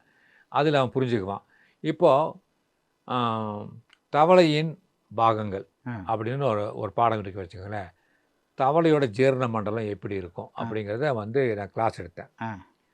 அந்த பசங்களுக்கு நம்ம படத்தையே போட்டு காட்டிடலாம். தவளையோட இரைப்பை, அதனுடைய இன்டெஸ்டைனு, அதனுடைய ஸ்மால் இன்டெஸ்டைனு அப்படின்னு போட்டு அதெல்லாம் போட்டுக்கலாம். நான் வந்து பார்த்தீங்கன்னா பாட்டனி, ஜுவாலஜி படித்தவன். ஜுவாலஜி கிளாஸில் வந்து ஃப்ராகை வந்து நான் டிசெக்ஷன் பண்ணியிருக்கேன். ஃப்ராகை வந்து அறுத்து அதை வந்து ஓப்பன் பண்ணி அதனுடைய டைஜஸ்டிவ் சிஸ்டத்தை அந்த ஃபிலிம் ரோலை கட் பண்ணி அந்த டைஜஸ்டிவ் சிஸ்டத்தை அப்படியே கீழே வச்சுட்டு வருவோம். வரி வரியாக வச்சு அவங்க அதை பார்த்து அது மார்க் போடுவாங்க. ப்ராக்டிக்கலாக மார்க் போடுவாங்க. டைஜஸ்டிவ் சிஸ்டம் வந்து ரொம்ப கேர்ஃபுல்லாக பண்ணணும். வேறு அது வந்து அறுபடக்கூடாது. அந்தளவுக்கு நுணுக்கமாக வந்து ஆப்ரேஷன் பண்ணுற மாதிரி பண்ணணும். டிசெக்ஷன் இது ரொம்ப ஈஸியாக புரியும் நமக்கு. இதை நான் வேலை பார்த்த ஹெச்எம் கிட்ட போய் சொன்னேன். சார் இது வந்து நான் பாடமாக நடத்துறதை காட்டிலும் ஒரு தவளையை டிசெக்ஷன் பண்ணி காட்டுறதுக்கு நான் விரும்புகிறேன், உங்கள் பர்மிஷன் வேணும். அவர் சொன்னார், காலேஜில் தான் இதெல்லாம் அலோவ் பண்ணுவாங்க, ஸ்கூலில் அலோவ் பண்ண மாட்டாங்கன்னு. அது இல்லாமல் தவளை எப்படி நீங்கள் மயக்கப்படுத்துவீங்க அப்படின்னு கேட்டார். சார் ஈத்தர் இருக்குது சார், அதை வச்சு நாம் பண்ணிடலாம், ஒன்றும் பிரச்சனை இல்லை, பசங்களுக்கு புரியணும். அப்போ மற்ற டீச்சர், ஏன் இவ்வளோ மெனக்கிற, விட்டுட்டு போ, சொல்லி கொடு போதும், அதுக்கெல்லாம் எதுவும். ஆனால் எனக்கு அதை பண்ணி காட்டணும்னு ஒரு ஆர்வத்தில் ஒரு பையன்கிட்ட சொல்லி ஒரு தவளை பிடிச்சிட்டு வான்னு சொல்லி தவளையை பிடிச்சிட்டு வந்து ஈத்தர் கொடுத்து மயக்கப்படுத்தி ஹெச்எம்மோட பர்மிஷனோடு நான் டிசெக்ஷன் பண்ணி காத்து. இதனால் மற்ற டீச்சர்ஸ் வந்து என் மேலே கோவப்பட்டாங்க. நீ வந்து ரொம்ப சின்சியராக இருக்க மாதிரியும் நாங்கள்லாம் ஒன்றுமே இல்லாத மாதிரி நீ பண்ணுறேன்னு சொல்லி. நான் சொன்னேன், ஐ லவ் மை ப்ரொஃபஷன், நான் எங்கே இருந்தாலும் இதை தான் பண்ண போகிறேன் அப்படின்னு. அதுதான் இப்போ நான் என்னுடைய எழுத்துத்துறையிலும் அதை நான் பண்ணிகிட்ருக்கேன். எந்த பத்திரிகையில் வந்து என்னுடைய கதை வந்தாலும், அது மிகப்பெரிய பத்திரிகையாக இருந்தாலும் சரி, ஒரு சாதாரண இப்போ ஆரம்பித்த பத்திரிகையாக இருந்தாலும் சரி, என்னுடைய படைப்பு தான் பேசப்படணும். ஆசிரியர் சாவி சார் சொல்லுவார், நீங்கள் வந்து ஒரு தொடக்கத்தை ஆரம்பிங்க அப்படிம்பார் என்கிட்ட. எந்த மாதிரி கதை சார்? அது உங்கள் இஷ்டம், நீங்கள் என்ன வேணும் கதை எழுதுங்க. நாளைக்கு மோசமான கதை எழுதுனா சாவியில் வந்த கதை மோசம்னு சொல்ல மாட்டாங்க, ராஜேஷ்குமார் மோசமாக எழுதிட்டான்னு சொல்லுவான். அப்புறம் உங்கள் இஷ்டம் அப்படின்னு பழையத்துக்கு நம்ம போட்டுருவார். அப்போது ரெஸ்பான்சிபிலிட்டி நமக்கு இருக்குது. அப்போ நம்ம குவாலிட்டியான பொருள் கொடுக்கணும். ஒரு ஹோட்டலில் ஒரு காபி நல்லா இருக்குன்னா அவன் எங்கே வேணால் போய் சாப்பிடுவான். 1 கிலோமீட்டர் தள்ளி ஒரு ஹோட்டலில் டீ நல்லா இருக்குன்னு சொல்லி பாருங்கள், அவன் ஸ்கோட்டை எடுத்துகிட்டு போவான். நான் பார்த்துருக்கேன். ஒரு இடத்துல ஒரு பண்டை நல்லா இருக்குன்னா மெனக்கெடுவான். நான் சொல்லுவான், டே அங்கே போனால் மிஸ் பண்ணிடாத, அந்த ஹோட்டலுக்கு போவோம், ஏன்னா குவாலிட்டி. இப்போ என்னோடய புக்கு வந்து கடையில் இருக்குன்னா, டே ராஜேஷ்குமார் புக்கு வாங்கலாம், நல்லா எழுதியிருப்பார் அப்படின்னு ஒரு இம்ப்ரெஷனை வந்து நான் உண்டாக்குறது தான் இதில் முக்கியம். இதை தான் வந்து நான் என்னோடய வாழ்க்கையில் கடைப்பிடித்தேன். ஸ்டில் ஐ ஆம் ரைட்டிங். இந்த 56 இயர்ஸாக நான் நான் ஸ்டாப்பாக எழுதுறதுக்கு காரணம், இந்த ப்ரொஃபஷனை லவ் பண்ணிட்டுருக்கேன். இன்றைக்கும் குமுதத்தில் ஒரு தொடர்கதை எழுதிட்டுருக்கேன், வேகமாய் வா விவேக். அது அலகாபாத் ஃப்ளைட்டு ஆக்சிடெண்ட்டு. அது எல்லாருக்கும் ஒரு ஆக்சிடெண்ட்டு. ஆனால் என்னுடைய பாணியில் நான் இப்போ ஒரு ஃப்ளைட் டேக் ஆஃப் ஆகணுமுன்னா உங்களுக்கு காக்ஃபிட்டில் ஏகப்பட்ட பச்சை லைட் எரியணும். எவ்வளோ சொன்னாங்க என்கிட்ட, 29 பச்சை லைட் எரியணும், எல்லா டிவைஸும் ஓகே. அது கொடுத்தா தான் பைலட் வந்து டேக் ஆஃப் பண்ணுவான். அதுக்கப்புறம் கண்ட்ரோல் டவர்லேருந்து அவனுக்கு சிக்னல்ஸ் கரெக்டாக வரணும். ஆல்டிடியூட் எதோ இது மேட்ரு அதெல்லாம் கரெக்டாக இருக்கணும். அது ஒரு 7 சிக்னல். ரன்வேல அங்கே ஒன்றும் இல்லை, ரன்வே 09 ஃப்ரீ கிளியரன்ஸ் அப்படின்னு அவன் கிடைக்கணும். இத்தனை பேர் தான் டேக் ஆஃப் பண்ணுவான். இத்தனை பச்சை லைட்டும் எரிஞ்சிட்டு இருக்கிற ஒரு ஃப்ளைட்டு டேக் ஆஃப் ஆகுது, 2ஆம் நிமிஷத்தில் விழுந்து நொறுங்குது. ஏன்? நீங்கள் சிம்பிளாக ஆக்சிடென்ட் சொல்லிட்டு போயிடுவீங்க, மேட் மிஸ்டேக் அப்படின்னு ஒரு சிம்பிளாக சொல்லிட்டு போயிடுவீங்க. ஆனால் ஒரு எழுத்தாளன் நான் வந்து அதில் வந்து ஒரு கதை, இதில் வந்து ஏதாவது ஒரு பிளாட் இருக்குமா, ஒரு சதி இருக்குமா, அதில் ஒரு மந்திரி போகிறாரு, ஒரு மந்திரி இறந்துட்டார், அதில் ஒரு ஃபைனான்சியல் மனுஷன் ஏதோ ஒரு மந்திரி ஒருத்தர் இறந்துட்டார். அப்புறம் அதை நான் யோசிச்சு பண்ண வைக்கிறேன், ஒருவேளை அவரை மர்டர் பண்ண நடந்ததாக இருக்கும், அப்போ இத்தனை பேர் சாகணும், அது லாஜிக் கிடைக்கும். அப்போ வந்து என்ன நடந்திருக்கும் அப்படின்னு சொல்லி அதுக்கப்புறம் கதையை நான் திங்க் பண்ணுறேன். அப்போ வந்து ஒரு மிரட்டல், இதெல்லாம் வந்து என்னோட இமேஜினேஷன். அப்போ வந்து ஒரு மிரட்டல் வருது, இந்த மந்திரி வந்து டெல்லி போக போகிறார், அவர் டெல்லி போகக்கூடாது, ஃப்ளைட்டை விட்டு இறங்கணும், இல்லைன்னா வெடிக்கும் அப்படின்னு ஒரு பாம் த்ரெட் வருது, ஒரு த்ரெட் வருது அப்படின்னு கதையை மாற்றினேன் நான். கதையை மாற்றி அந்த விமானம் வெடிக்குமா, இந்த இவர் இறங்குவாரா மாட்டாரா, அவர் சொல்கிறார் பயணம் பண்ணுறது என்னோட இஷ்டம், நீ இறங்க சொல்ல நீ யார், உனக்கு இஷ்டம் வந்தால் ஃப்ளைட் எடு, இல்லைன்னா இல்லை அப்படின்னு அவர் சொல்கிறாரு. இப்போ ஃப்ளைட் டேக் ஆஃப் ஆகுமா ஆகாதா, டேக் ஆஃப் ஆனால் பாம் வெடிக்குமா வெடிக்காதா, இத்தனை கொஸ்டின் வருதில்ல உங்களுக்கு. அப்போது ஒரு கதையை வந்து ஒரு இன்சிடெண்ட்டை நம்ம எடுக்கிறோம், அப்போது வந்து அதுக்கான அந்த ஃபேப்ரிகேஷன் அது முக்கியம். இப்போ இதுலேயே கதை நிறைய வந்துருச்சு. இப்போ இவர் எதுக்காக டெல்லிக்கு போகிறாரு, இவர் டெல்லிக்கு போகிறதுனால யாருக்கு என்ன பிரச்சனை, இத்தனை வருது அல்லவா. அப்போ கதை வந்து அப்படியே விரிவடையும். உங்களுக்கு இதுதான் வந்து ஒரு திரைக்கதைக்கான ஒரு கதை. இது வந்து நாளைக்கு மிகப்பெரிய பேசப்படுக இப்போ தான் 5 வாரம் ஆயிருக்கு கதை. இந்த கதை இப்படி தான் வந்து நான் ஒவ்வொரு கதையும் இப்படி தான் வந்து நான் பண்ணிட்டு போயிட்டுருக்கேன் நான். நீங்கள் சொன்னதில் 2 ரொம்ப முக்கியமான விஷயம். ஒன்று வந்து ஒரு கிரியேட்டருக்கு ட்ராவல் எவ்வளோ முக்கியங்கிறது. அதாவது நம்ம வந்து உட்காந்த இடத்துல உட்காந்துட்டு இருந்தா நம்மளை சுற்றி இருக்கிறது தான் நம்மளுக்கு தெரியும். கரெக்ட். பட் நம்ம ட்ராவல் பண்ண நீங்கள் சொன்ன சிம்பிளாக பக்கத்து சீட்டில் யாரோ 2 பேர் பேசிகிட்டு இருக்காங்க, அவங்க பேச்சிலேருந்து ஏதாவது ஒன்று நம்ம எடுத்துக்கலாம். இல்லை ஒரு ஹைதராபாத் போகிறோம், அங்கே சலார்ஜம்னு ஒரு மியூசியம் இருக்குது, அங்கே அதை பார்த்துட்டு ஏதாவது ஒன்று எடுத்துக்கலாம். ஸோ நம்ம எவ்வளோ ட்ராவலில் பண்ணுறோமோ அவ்வளோக்கு அவ்வளோ நம்மளுக்கு ஒரு ஐடியாஸ் வரும். அண்ட் செகண்ட் திங் இஸ், நீங்கள் வந்து ஜாபை விடலை. நீங்கள் அப்போ விடலை, அப்போ ஜாப் விடலை. ஏன்னா ஸோ அந்த பேலன்ஸ் ஆஃப் உங்கள் ரெகுலர் ஜாப் அதை ஸோ நீங்கள் இப்போ ஒரு ரெகுலர் ஜாப் ஹவர்ஸ் எப்படி உங்களுக்கு ஒரு 9 to 5 அந்த மாதிரியா? ஆமாம், 9 to 5. ஸோ காலையில் எழுந்தோன்னே என்ன பண்ணுவீங்க, எழுதிட்டு போவீங்களா இல்லை வந்த? இல்லை நான் வந்து இப்போ வந்து என்னோடய பிஸ்னஸ் நான் முதல்ல பார்த்தீங்கன்னா ஸ்கூல் டீச்சராக இருந்தேன். அதுக்கப்புறம் ஒரு கட்டத்தில் வந்து ஸ்கூல் டீச்சர் வேலையை விட்டுட்டு அப்பாவுக்கு துணை, அப்பாவுடைய ஏஜ் கருதி அப்பா போன டூரை வந்து நான் போக ஆரம்பித்தேன். ஏன்னா அப்போ அப்பா வந்து அவர் 52 years. அப்பா நீ இனிமேல் போக வேண்டிய டூருக்கு நான் போய்க்கிறேன், நீ போன ஊருக்குள்ள நான் போகிறேன்னு சொல்லி நான் டூர் போக ஆரம்பித்தேன். டூர் போகும்போது நான் என்ன பண்ணுவேன்னா வந்து என்னுடைய சூட் கேஸ் எடுத்து மேலே வச்சுக்கிட்டு பேப்பர் மேலே வச்சுக்கிட்டு எழுதிட்டு போவேன் கதையை.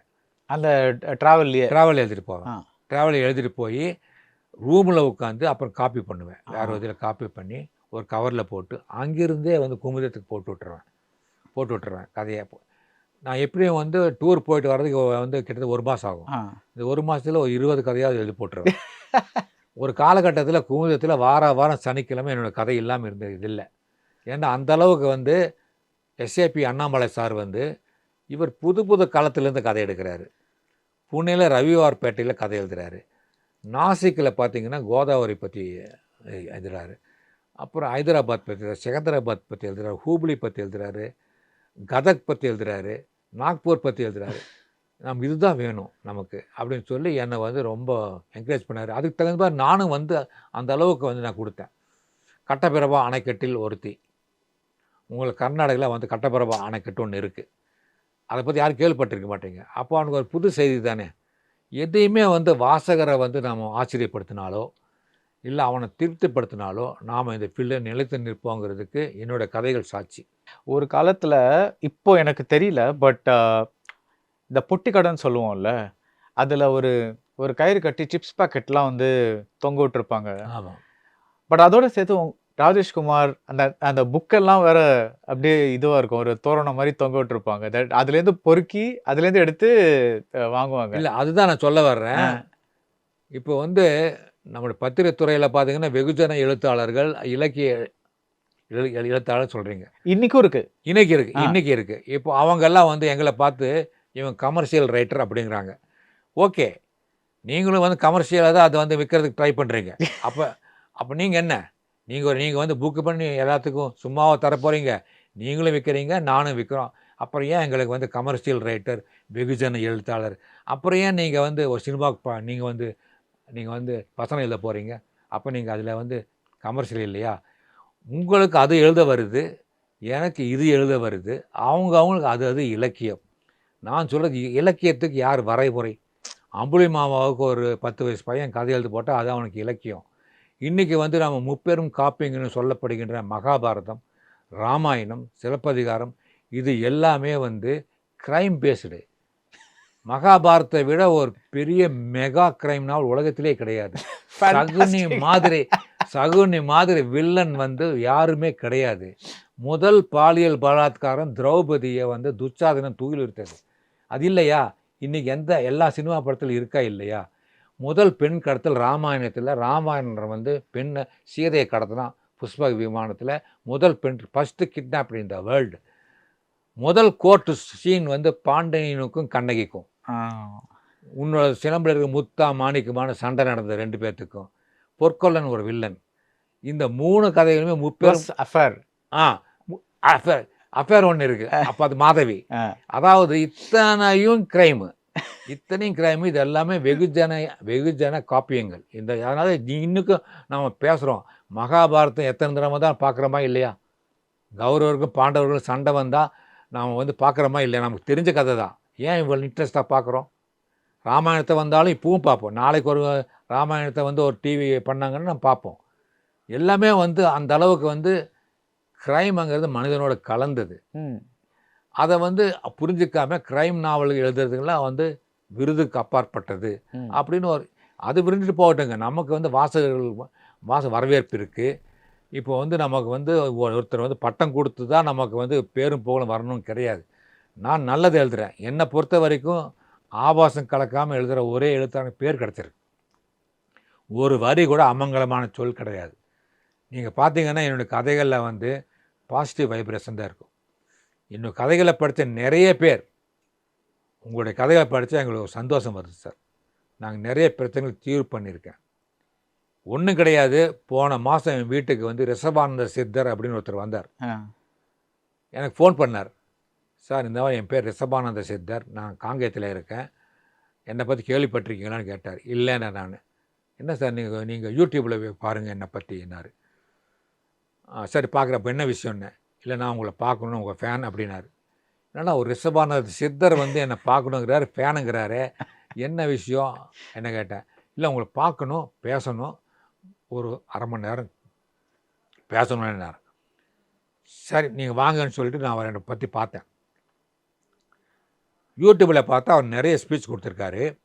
அது இல்லாமல் வருஷத்துக்கு ஒரு 2500 தூய்மை பணியாளருக்கு ட்ரெஸ் எடுத்து கொடுக்குறாரு. அந்த ஒரு பணியை போயிட்டுருக்காரு. அவரை பார்க்குறதுக்கு அப்பாயின்மெண்ட் வாங்கிட்டு நிறைய பேர் வெயிட் பண்ணுறாங்க பார்க்குறதுக்கு. அவர் வந்து இந்த ஆரோஸ்கோப்பெல்லாம் பார்ப்பார் போல இருக்குது. அதுக்காக அவர் பார்க்குறதுக்காக பெரிய பெரிய பணக்காரங்கள்லாம் வந்து இது பண்ணுறத கீழே நான் பார்த்தேன். அந்த கமெண்ட்ஸ் எல்லாம் பார்த்தேன். அப்பேற்பட்ட ஒருத்தர் வந்து என்னை பார்க்க வர்றாருன்னா உண்மையிலேயே ஆச்சரியமாக இருந்தது. கரெக்டாக சாயந்தரம் 5 மணிக்கு வந்தார் வீட்டுக்கு. வீட்டுக்கு வந்த உடனே பார்த்தா வயசு வந்து 40 தான் இருக்கும் அவருக்கு. ஆனால் ஜடாமுடியோடு வந்து ரோஸ் கலரில் வந்து ஒரு சேரி மாதிரி கட்டிக்கிட்டு பட்டையெல்லாம் போட்டுட்டு ஒரு சிவனடியார் மாதிரி வந்தார் வீட்டுக்கு. நான் வந்து வாங்க அப்படி உட்காந்து பேசினேன். நீங்களை பார்த்தா வந்து ஒரு சிவனடியார் மாதிரி இருக்கீங்க, ரொம்ப சந்தோஷம் வீட்டுக்கு வந்ததுக்கு. ஆனால் என்னுடைய ஃபேனுன்னு சொல்கிறீங்க, பொருந்தலையே அப்படின்னு கேட்டேன் நான். அதான் தப்பாக எல்லாம் புரிஞ்சிட்டு இருக்காங்க. உங்கள் எழுத்தில் வந்து ஆன்மீகம் தெரியுது. நீங்கள் கடவுள் பக்தி மிக்கவர் அப்படிங்கிறத காட் ஃபியரிங் ஸ்டோரிஸ் உங்களுடைய கதைகளில் வந்து என்னால் புரிஞ்சிக்க முடியுது. அந்த ஸ்தோத்திரங்களில் சிலதெல்லாம் எழுதுறீங்க நீங்கள். யாதேவி சர்வல பூஜேசி லட்சுமி ரூபேனா சமஸ்த அப்படின்னு எல்லாம் போடுறீங்க. அவர் சந்திர பகவானை பற்றி எல்லாம் போடுறீங்க. திருப்பதியில் ஏன் இவ்வளோ கூட்டம்னா அங்கே சந்திரனோட ஆதிக்கம் இருக்குங்கிற எல்லாம் நீங்கள் எழுதுறீங்க. கதையில் அதை மிக்ஸ் பண்ணுறீங்க, அளவாக மிக்ஸ் பண்ணுறீங்க. இதெல்லாம் நான் கவனித்தேன். அப்போ உங்ககிட்ட வந்து ஒரு டிவைன் பவர் இருக்குது, அதனால தான் உங்களுக்கு எழுத வருதுன்னு சொல்லி நான் பார்க்க வந்தேன் உங்களை. அது ஏன் உங்கள்கிட்ட நான் வந்தேன்னா, எனக்கு வந்து ஒரு 5 வருஷத்துக்கு முன்னாடி வீட்டுக்கு பின்னாடி நான் போயிட்டுருக்கும்போது ஒரு கட்டுவிரியன் பாம்பு கடிச்சிருச்சு. அவரை என்னை கடிச்சிருச்சு. நான் உடனே மயக்கமாயிட்ட பார்த்தா கட்டுவிரியன் பாம்பு. அதை அடித்து கொண்டுட்டாங்க. ஆனால் எனக்கு மயக்கம் வந்து வாயில் நுர தள்ளிடுச்சு. உடனே தூக்கிட்டு போனாங்க, ஹாஸ்பிட்டலில் படுக்க வச்சாங்க. டாக்டரை பார்த்துட்டு ரொம்ப சீரியஸ்ன்னு சொல்லிட்டாரு. அவன் நரம்பு மண்டலம் பாதிக்கப்பட்டிருக்கு அப்படி இப்படின்னு சொல்லி ஆல்மோஸ்ட்டு எல்லாம் வந்து முடிகிற ஸ்டேஜுங்கிற மாதிரி இருந்தாங்க. நான் மட்டும் கொஞ்சம் உயிரை கையில் பிடிச்சிட்டு அப்படியே திணறிட்டு இருந்தேன். அடுத்த நாள் பார்த்தா ஞாபகம் வந்து இருந்தது எனக்கு. சரி நான் உயிரோடு இருக்கோன்னு நினச்சிக்கிட்டேன். அதுக்கப்புறம் ட்ரீட்மெண்ட் போயிட்டு இருந்தது. ஒரு 16 நாள் அந்த வீணம் அந்த விஷம் போகிற வரைக்கும் எனக்கு ட்ரீட்மெண்ட் கொடுத்து ட்ரிப்ஸ் போட்டு என்னை சரிப்படுத்தினாங்க. அதுக்கப்புறம் வந்து சாதாரண வார்டுக்கு மாற்றினாங்க. அங்கே ஒரு 10 நாள் இருக்க சொன்னாங்க. மானிட்டரிங் பண்ணணும் அப்படின்னு சொல்லி நான் இருந்தேன். அப்போ எனக்கு பொழுது போகலை எனக்கு. அப்போ என் ஃப்ரெண்டு வந்தான். நான் சொன்னேன், பொழுது போக மாட்டேங்குது, டிவியும் இல்லை இங்கே, சரியாக ஓட மாட்டேங்குது, எனக்கு எதாவது புக்ஸ் இருந்தால் வாங்கிட்டு வான்னு சொன்னேன். அப்போ அவன் இறங்கி போய் க்ரைம் நாவல்ஸ் வந்து ஒரு 5-6 வாங்கிட்டு வந்தேன் பக்கத்து பெட்டி கடையில். அதில் தான் நான் படித்தேன் சார் உங்கள் புஸ்தகத்தை. முதல் புத்தகத்தை படித்தேன். படித்து முதல் புத்தகம் எடுத்து பிடித்து முதல் வரி படித்தேன். அங்கே பிடிச்சது தான் உங்களை நான். அதுக்கப்புறம் கடன்னு படித்தா என்னால் வந்து ஆச்சரியத்தை தாங்க முடியல. ஒரு புத்தகத்தை முடித்தா அடுத்த புத்தகம் எல்லாம் வெவ்வேறு விதமாக எழுதிங்க. அதுக்கப்புறம் என் ஃப்ரெண்டை விரட்டி நான் புத்தகங்களெல்லாம் வாங்கிட்டு வர சொல்லி நான் படித்தேன். அப்போலேருந்து நான் உங்கள் வாசகர் ஆகிட்டேன். இத்தனை நாள் நீங்கள் எங்கே தான் இருக்கீங்கன்னு தெரியாது. இனி கூகுளில் ஆர்கே பப்ளிகேஷனில் நான் போய் மெயில் போட்டேன். உங்கள் சன் தான் பதில் போட்டார், உங்கள் ஃபோன் நம்பர் கொடுத்தாரு, நான் பேசினேன் அப்படின்னாரு. இப்படி எனக்கு கிடைக்கக்கூடிய அந்த ஒரு அங்கீகாரம் வந்து எனக்கு விருதுகளால் வேண்டாம்.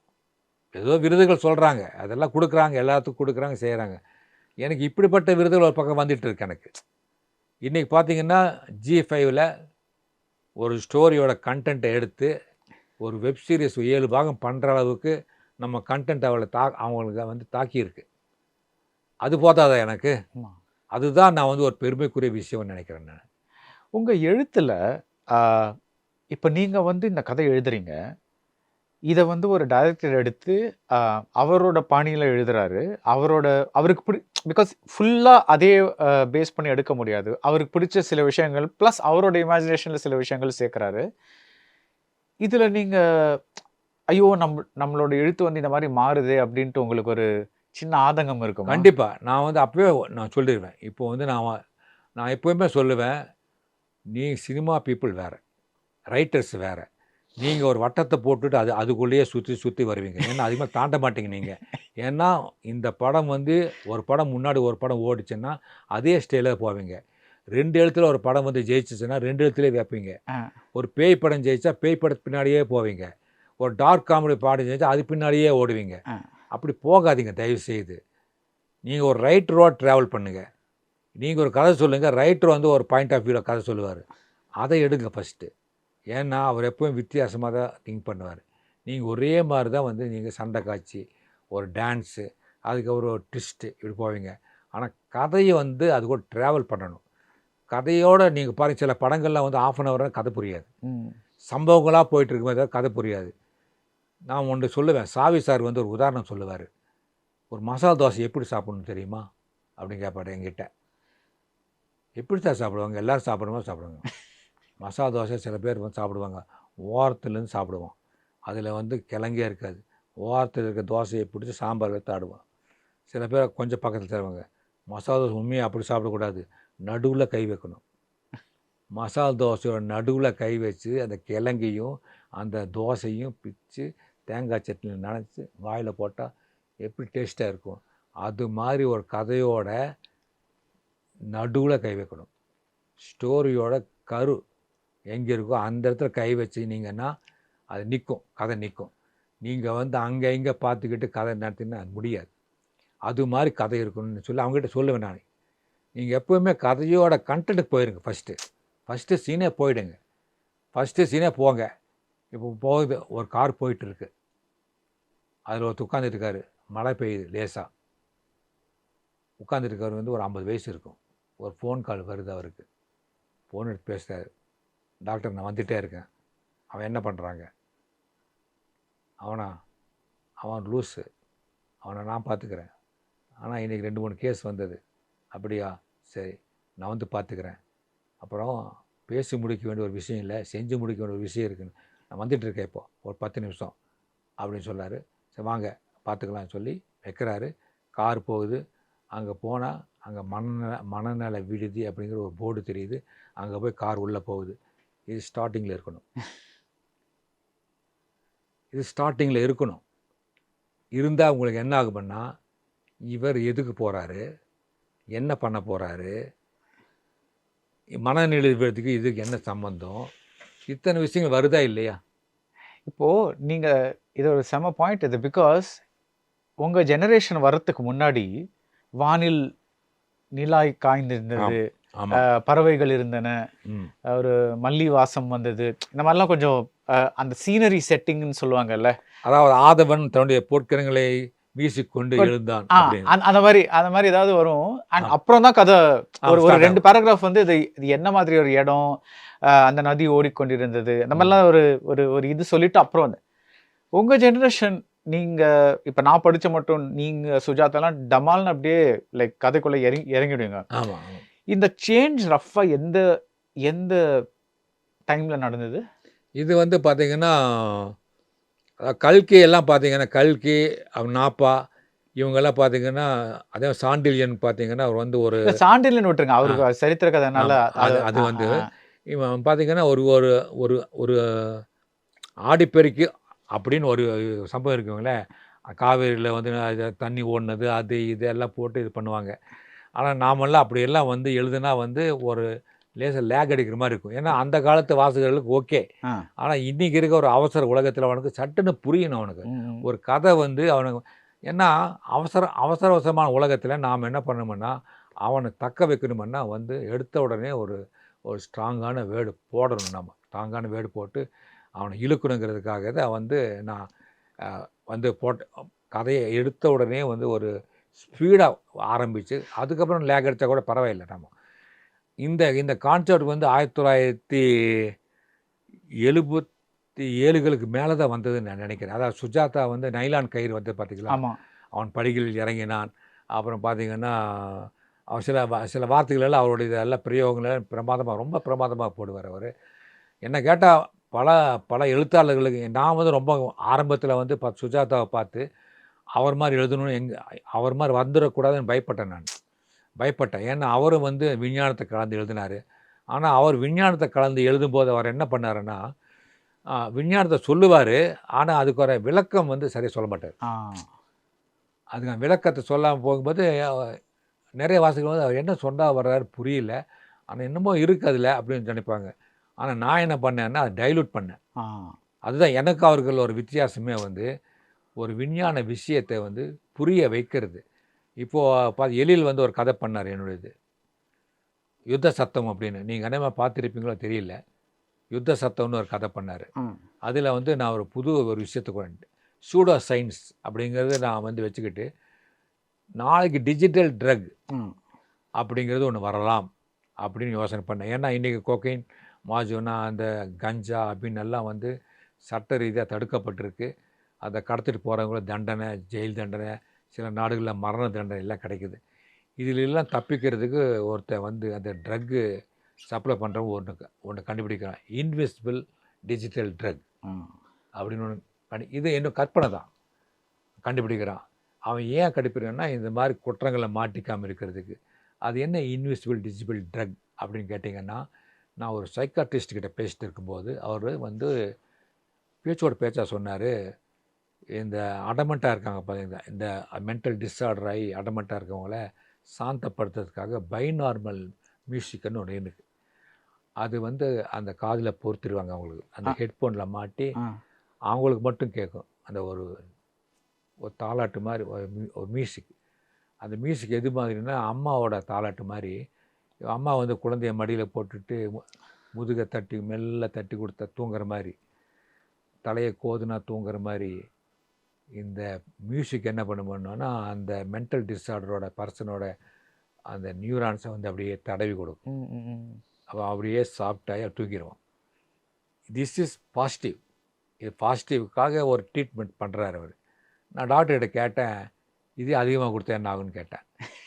அவர் சொன்னார், செமிகோமாக்கு போயிடுவான், அதோடு நிறுத்திக்கணும். ஒரு 5 மினிட்ஸ்னால் 5 மினிட்ஸோடு நிறுத்திக்கணும், இல்லை 10 மினிட்ஸ் அதை பார்த்து நிறுத்து. அதுக்கு மேலே போனால் செமிகோமா போயிடுவான். ஏன்னா நியூரான்ஸ் அல்லவா மூளையில், அது ரொம்பவும் இது பண்ணக்கூடாது. அப்போ கண்டுபிடிச்சேன். அப்போது டிஜிட்டல் ட்ரக் இங்கே யூஸ் பண்ணலாம். அந்த செமிகோமாவுக்கு முன்னாடி ஸ்டேஜ் இருக்குல்லவா, ஒரு ஃபுல் பாட்டில் அடித்தா ஒருத்தருக்கு போதை கிடைக்குதுன்னு வைங்களேன், அந்த போதையை கொடுக்க முடியுமான்னு கேட்டேன் அவர்கிட்ட, சைக்காட்ரிஸ்ட் கிட்ட. தாராளமாக கொடுக்கலாம் அப்படின்னு. அவங்க எடுத்தேன் டிஜிட்டல் ட்ரக்கு, அதை அவன் வந்து சப்ளை பண்ணுறான். 1 ஹவருக்கு 1000 ரூபாய். அவன் போய் ஒரு கிளப்பு வச்சுருக்கான், அந்த டிடி கிளப்பு. அந்த கிளப்பில் போய் அவன் சாஞ்சுக்குவான், பாட்டு. ஆனால் கேட்குறவங்க பாட்டு கேட்குற மாதிரி இருக்கும். அவன் சாப்பிடுவான், என்ன செய்வான், ஆனால் போதையில் மிதந்துருப்பான். போலீஸுக்கு டவுட் வரும், ஏன்னா அங்கே போகிறவங்களாம் இவ்வளோ கூட்டம் போகுது, அவன் ஒரு மாதிரியாக இருக்கானுங்க. செக் பண்ணால் ப்ளட் டெஸ்ட்டு எல்லாம் செக் பண்ணால் நோ ஆல்கஹால், நோ ட்ரக்ஸ், சிம்டம்ஸே இல்லை. அப்போ எப்படி அவனை நீங்கள் வந்து கைது பண்ணுவீங்க? என்ன நடக்குதுன்னு எனக்கு என்ன சார் தெரியும்? வர்றாங்க அவன் பாட்டுக்கு எங்கே போய் என்ன குடிச்சிட்டு வந்தான்னு எனக்கு என்ன தெரியும் அப்படின்னு சொல்லி அது மாதிரி கதை போகும். அது கடைசியில் தான் ஹீரோ கண்டுபிடிப்பார். அதில் பார்த்திபன் தான் நடித்தார். பார்த்திபன் கௌதம் கார்த்திக் 2 பேர் நடித்தாங்க. அதில் பார்த்திபன் கட்சியில் கண்டுபிடிப்பார் டிஜிட்டல் ட்ரக் தான் பண்ணுறாங்கன்னு சொல்லி. அதில் நிறைய கல்லூரி பெண்களுடைய வாழ்க்கை கட்டுரும். அதில் வந்து இளைய தலைமுறை எப்படி நாளைக்கு பாதிக்கப்பட போகிறாங்க, யுத்த சத்தம், அது வந்து வார்னிங் அலர்ட் அப்படிங்கிற மாதிரி ஒரு கதை எடுத்தோம். அந்த கதை நல்லா போச்சு. ஆனால் அப்போ RRR வந்தது. அது கூட அந்த காட்டாற்று வெள்ளத்தில் அது காணாமல் போயிடுச்சு. அது இப்போது இப்போ ஒரு லவ் ஸ்டோரி எழுதுகிறோன்னா, இல்லை ஒரு அப்பா பையன் பற்றியோரையோ, இல்லை ஒரு அம்மா பற்றியோ, இல்லை ஏதோ ஒரு எழுதுகிறோன்னா நம்மளுக்கு அந்த அனுபவம் இருக்குது. ஸோ நம்ம அதை எழுதுகிறோம். ஆனால் க்ரைமுங்கிறது எல்லாருக்கும் ஒரு அனுபவம் இல்லை. ஸோ நம்ம வந்து ஒரு இமேஜின் பண்ணி தான் அதை எழுதணும். இதுலேயும் இமேஜினேஷன் இருக்குது, பட் க்ரைமுங்கிறது ஸ்டார்டிங்லேயே ஒரு இமேஜினேஷன் தேவை. பிகாஸ் நம்ம எல்லாருமே இந்த மாதிரி யோசிக்கிற இது இல்லை. நம்ம வேணால் சின்ன சின்ன பொய் சொல்லுவோம், இது பண்ணுவோம், அது. பட் க்ரைம்னா ஒரு பேங்க் அந்த மாதிரி சொல்கிறேன். அந்த திறமை எப்படி உங்களுக்கு வந்தது? எனக்கு இந்த கொஸ்டின் எப்படி கேட்கறதுன்னு தெரியல. But you know what I am asking. இல்லை பட் நீங்கள் புரியுது. அதாவது அந்த அந்த அந்த க்ரைம் அந்த அந்த அந்த கதைக்கான கருக்களை நீங்கள் எப்படி வந்து டெவலப் பண்ணிக்கிட்டீங்க? டெவலப் பண்ணுறீங்கனுங்க. எல்லாமே நம்மளை சுற்றி இருக்கக்கூடியது பூராமே க்ரைம் தான். எனக்கு வந்து ஃப்ரெண்ட்ஸ் பார்த்தீங்கன்னா ஃபேரன்சிக்கில் இருக்காங்க, அப்புறம் பார்த்தீங்கன்னா கியூ பிரான்ச்சில் இருக்காங்க. அவங்ககிட்ட பேசிட்டு இருக்கும்போது அவங்க ஏதாவது ஒரு விஷயத்த சொல்லுவாங்க. இல்லை நீங்கள் பேப்பர் நீங்கள் பார்க்கும்போது Hindu paper, Times of India பார்க்கும்போது பெட்டி செய்திகள் இருக்கும். அந்த நீங்கள் யாருமே கவனிக்க மாட்டீங்க.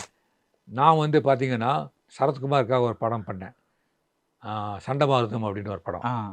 அந்த படம் 2012 வந்த படம். அப்போ சண்டமாருதம் படத்துக்காக வந்து அந்த படத்தை வெங்கடேஷ் தான் பண்ணார், டைரக்ட் பண்ணார். அவர் என்னை கூப்பிட்டாரு, ராஜேஷ்குமார் வந்து ஒரு படம் பண்ணுறோம், அந்த கதையில் வந்து ஒரு புதுசாக ஒரு க்ரைம், ஒரு மெடிக்கல் என்ன வேணா இருக்கலாம். இதில் வர தாதா வந்து போதைப் பொருள் விற்கிறான், கஞ்சா விற்கிறான், அப்படின்னு விற்கிறான், பழசு மாதிரி இருக்குது. எனக்கு புதுசாக ஏதாவது அவன் பண்ணணும், இன்டர்நேஷ்னல் அளவில் பண்ணணும், அது பார்க்குறவங்கள ஆச்சரியப்பட வைக்கணும். அது மாதிரி ஒரு இது வேணும். அந்த போர்ஷன் வந்து மிக இம்பார்ட்டன்ட் போர்ஷன். அதாவது ஒரு வயசான சரத்குமார், ஒரு இளவயதான சரத்குமார் வந்து போலீஸில் இருக்கார். ஒருத்தர் தாதா, இந்த இன்ஸ்பெக்டர் சரத் வந்து அவர் என்கவுண்டர் பண்ண பார்க்குறாரு. ஏன்னா அவர் வந்து சட்டவிரோதமான காரியங்கள் பண்ணுறார். சட்டவிரோதமான காரியங்கள்னா என்ன வேணால் பண்ணுவார், ஆனால் அபாயகரமான வேலை பண்ணணும். அப்படிப்பட்ட வேலை என்ன, புதுசாக சொல்லுங்க அப்படின்னாரு. அப்போது நான் போய் பேசினேன், சரத்குமார், ராதிகா, ரேடனில் போய் பேசினேன்.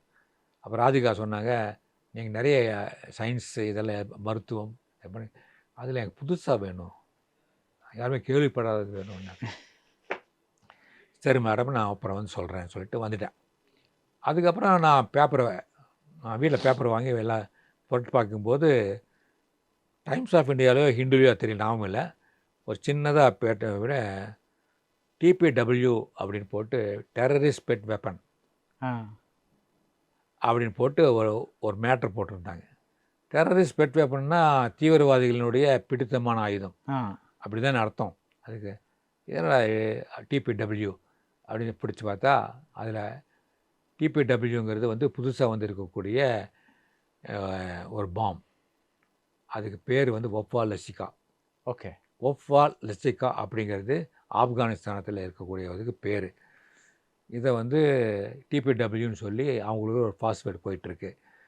இது ஒரு அபாயகரமான இதுன்னு சொல்லி அது வந்து ஒரு காசிப்பாக என்னன்னு தெரியாது நமக்கு. அது ஒரு நியூஸாக போட்டிருந்தாங்க அது. அதை வந்து நான் எடுத்துக்கிட்டேன் கையில். அதில் என்ன போட்டிருந்தான்னா, இந்த டிபிடபிள்யூ அப்படிங்கிறது ஒரு தீப்பெட்டி சைஸில் இருக்குமாமா. அதுக்குள்ளே ஒரு ஃப்ளூயிட் இருக்கும். அது ஃப்ளூயிட் வந்து பாஸ்பரஸ். இப்போ பாஸ்பரஸ் வந்து நீங்கள் தண்ணிக்குள்ளே தான் வச்சுருப்பாங்க. வெளியே எடுத்து வச்சா காற்றுக்குள்ளே இருக்கக்கூடிய ஆக்சிஜனோட கலந்து அது பாஸ்பரஸ் ஆக்சைடாக மாறிடும்.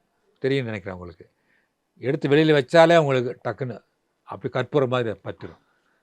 அது மாதிரியான ஒரு லிக்விடை வந்து அந்த தீப்பெட்டி சைஸுக்குள்ளே வந்து ஊற்றி அது மேலே ஒரு டின் சீட்டை ஒட்டி வச்சுருவாங்க. இதை வந்து ஒரு பர்டிகுலர் பர்சனை ஒரு பர்டிகுலர் ரூமில் இருக்கக்கூடிய ஆட்களை கொல்றதுக்கு, ஒரு காரில் ட்ராவல் பண்ணுற மிலிட்ரி ஆஃபீஸர் கொல்றதுக்காக ஒரு தீவிரவாத குணம் ட்ரை பண்ணுதுன்னா, அது பல பேர் அழிக்க வேண்டியதில்லை. அவங்கள மட்டும் அழிக்கணுமுன்னா, காரில் 5 பேர் ட்ராவல் பண்ணுறாங்களா, ஒருத்தன் பைக்கில் வருவான். அந்த கார் என்ன கலர் இருக்கோ அந்த கலரில் அந்த டிபிடபிள்யூ இருக்கும். அதில் வந்து பெட்ரோல் ஊற்றுறமல்ல அந்த மூடியில் வந்து தட் இஸ் மேக்னெட்டிக் டக்குன்னு ஒட்டிக்கும். வச்சுட்டு ஓடிடுவான். 30 செகண்ட்ஸில் பிளாஸ்ட் ஆகிடும். No other way, no escapism. நீங்கள் வந்து தப்பிக்க முடியாது. இவன் காரு போயிட்டுருக்கோம், இல்லைன்னா கார் நின்றுட்டுருக்கும், எல்லாம் ஏறி இருப்பாங்க, பைக்கில் வருவான், டக்குன்னு ஒட்டல் போயிடுவான். இவன் 30 செகண்ட் எங்கேயோ போயிடுவான். மற்றவங்க செத்தவங்க அது கிடையாது. 30 செகண்டில் பிளாஸ்ட் ஆகிடும். அதை கீறி விட்டுருவான். மேலே இருக்க அந்த டின் சீட்டை வந்து கீறி விட்டுருவான். அந்த ஃப்ளூயிடு வந்து வெளியே வரும், ஆக்சிஜனை இழுக்கும், பிளாஸ்ட் ஆகும். திஸ் இஸ் த டிபிடபிள்யூ அப்படிங்கிற ஒரு வெப்பன். இதுதான் வந்து விற்கிறான். சரி, இது எப்படி கொண்டு வரலாம், டிபிடபிள்யூவை வந்து எப்படி கொண்டு வரலான்னு சொல்லி நானும் என் மனைவியும் அப்போது காசிக்கு போனோம். வாரணாசிக்கு.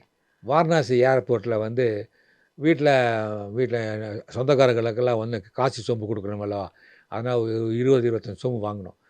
அந்த 25 சொம்பையும் வந்து பார்த்திங்கன்னா ஸ்கேன் பண்ணானுங்க ஏர்போர்ட்டில். நான் சொன்னேன், அவங்ககிட்ட கேட்டேன், எதுக்காக ஸ்கேன் பண்ணுறீங்க காசி சொம்பு?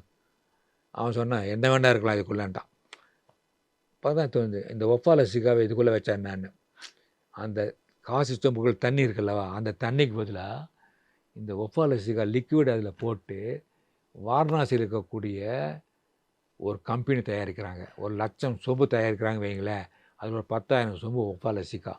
அது டூரிஸ்ட்டாக வர்றாங்கல்ல, டெரரிஸ்ட்டு, அவங்க வாங்குறாங்க. அவங்களுக்கு தெரியும் இந்த ஒப்பால சிகா சொம்பு மேலே வந்து ஒரு குறி போட்டு வச்சுருப்பான், ஒரு புள்ளி ஏதாவது, அதுதான் வந்து அவனுக்கு போகும். 1 கோடி ரூபாய் ஒரு சொம்பு. இதை தான் வந்து கும்பகோணத்தில் இருக்கக்கூடிய சரத்குமார், வயசான சரத்குமார் தாதா வந்து பண்ணுறார் அப்படின்னு நான் சொன்னேன். 2 பேருக்கு அவ்வளோ பிடிச்சி போச்சு. சார் சூப்பர் சார், இதுதான் சார் வேணும் எங்களுக்கு அப்படின்னு சொல்லி அந்த படத்தில் அதுதான் பேசு பொருளாச்சு. இந்த ஒப்பால சிகா அந்த டெரரிஸ்ட் பெட் வெப்பனை வந்து விற்கிறாரு, அதனால் வந்து எவ்வளோ பிரச்சனை வருதுங்கிறத கதையை மாறிடுச்சு அப்படியே இந்த ஒரு விஷயத்தினால. அந்த கதை வந்து அதாவது கதை நல்லா போச்சு, ஏவரேஜாக போச்சு. என்னென்னா அப்போ சரத்குமார் வந்து ஃபீல்டு இறங்கி விஜய் அஜித் எல்லாம் உள்ளே நுழைஞ்ச நேரம். அப்போ ஆடியன்ஸ் அவர் கொஞ்சம் கம்மியாக இருந்ததுனால அது கொஞ்சம் சரியாக தான். ஆனால் எனக்கு அது நல்ல பேர் வாங்கி கொடுத்துச்சு. அதுக்கப்புறம் எனக்கு நிறைய படங்கள் வந்தது. அதுலேருந்து பார்த்தீங்கன்னா அறிவழகன் படம், அதுக்கப்புறம் பார்த்தீங்கன்னா குற்றம் 23, சென்னையில் ஒரு நாள், இதெல்லாம் அப்புறம் வந்து எல்லாம் கதைகள்லாம் வந்தது. நிறைய பேர் சினிமாக்காரங்க வந்தாங்க. ஆனால் நீங்கள் சொன்ன மாதிரி என்ன பிரச்சனைன்னா, நாம் சொல்கிற அந்த முடிவுகளை அவங்க ஏற்றுக்கிறது இல்லை. சார் இது கதைக்கு ஓகே சார், ஆனால் சினிமாவுக்கு நான் சொன்னேன், ஏன் அப்படி சொல்கிறீங்க? சினிமா பார்க்குறோன்னு ஒருத்தன் தான், கதை படிக்கிறோன்னு ஒருத்தன் தான். நீங்கள் ஏன் இவங்களுக்கு நடுவில் வந்து ஒரு சுவர் எழுப்புறீங்க? நீங்கள் தப்பு நீங்கள் சொல்கிறது. இதை நீங்கள் வச்சு பாருங்கள், கதை ஜெயிக்குதா இல்லையான்னு பாருங்கள். நீங்கள் இது வழக்கமான சஸ்பென்ஸ் சார், இது வழக்கமான கிளைமேக்ஸு, வழக்கமான இது ஏன் போய் அதில் போய் முட்டிக்கிறீங்க? ப்ரொடியூசர் ஒத்துக்க மாட்டேங்கிறார். அப்போ நாம் வந்து அப்போ வேண்டாங்க, அப்போ நான் விலகிடலாம் அப்படின்னு சொல்லிவிட்டு நான் சொல்லிடுறேன். ஏன்னா நான் காம்ப்ரமைஸ் ஆக மாட்டேன். அப்புறம் சில பேர் சொல்லுவாங்க, சார் கதையில் வந்து ரெட்டை அர்த்தமெல்லாம் வரும் சார் அப்படின்னா அந்த கதையே வேண்டாம். ரெட்டை அர்த்தங்கள் வர்றது, அப்புறம் பெண்களை இழிவாக சொல்கிறது, இது மாதிரியெல்லாம் கதை போல கேட்டுக்குவேன் நான். இதுலேயே நிறைய படங்கள் நான் இழந்திருக்கேன். அப்புறம் இன்னொன்று சொல்லுவாங்க, பிரபலமான கம்பெனிகள் எல்லாம் என்ன சொல்கிறாங்கன்னா, சென்னையில் வந்து 15 டேஸ் தங்கணும், ஆ இங்கே எங்கள் கூடவே ட்ராவல் பண்ணணும் அப்படிம்பாங்க. அது எனக்கு உடன்பாடு கிடையாது. ஏன்னா அந்த வயதெல்லாம் கடந்துட்டேன் நான். எனக்குன்னு வந்து சில ப்ரைவேசி இருக்குது, எனக்குன்னு வீட்டில் வந்து ஒரு ஃபேமிலி இருக்குது. அதை விட்டுட்டு இன்னும் நான் சினிமா எனக்கு வந்து வேணும். ஆ பத்திரிகை உலகமும் வேணும், சினிமாவில் 2மே என்னுடைய இரு விழிகள். 2மே வந்து எனக்கு பிடித்தமான துளிகள் தான். அதனால தான் பார்த்தீங்கன்னா சினிமா, அப்புறம் எழுத்து, வெப் சீரிஸ், இப்போ இந்த 3 சேர்ந்துருச்சு இப்போ. எனக்கு இந்த வெப் சீரிஸ் வந்து பார்த்தீங்கன்னா 3வது கண் இது எனக்கு. இந்த ஏன்னா இந்த அளவுக்கு வந்து ரேகை பார்த்தீங்கன்னா இன்றைக்கி இந்த 3 நாளில் 75 lakhs வியூவர்ஸ்.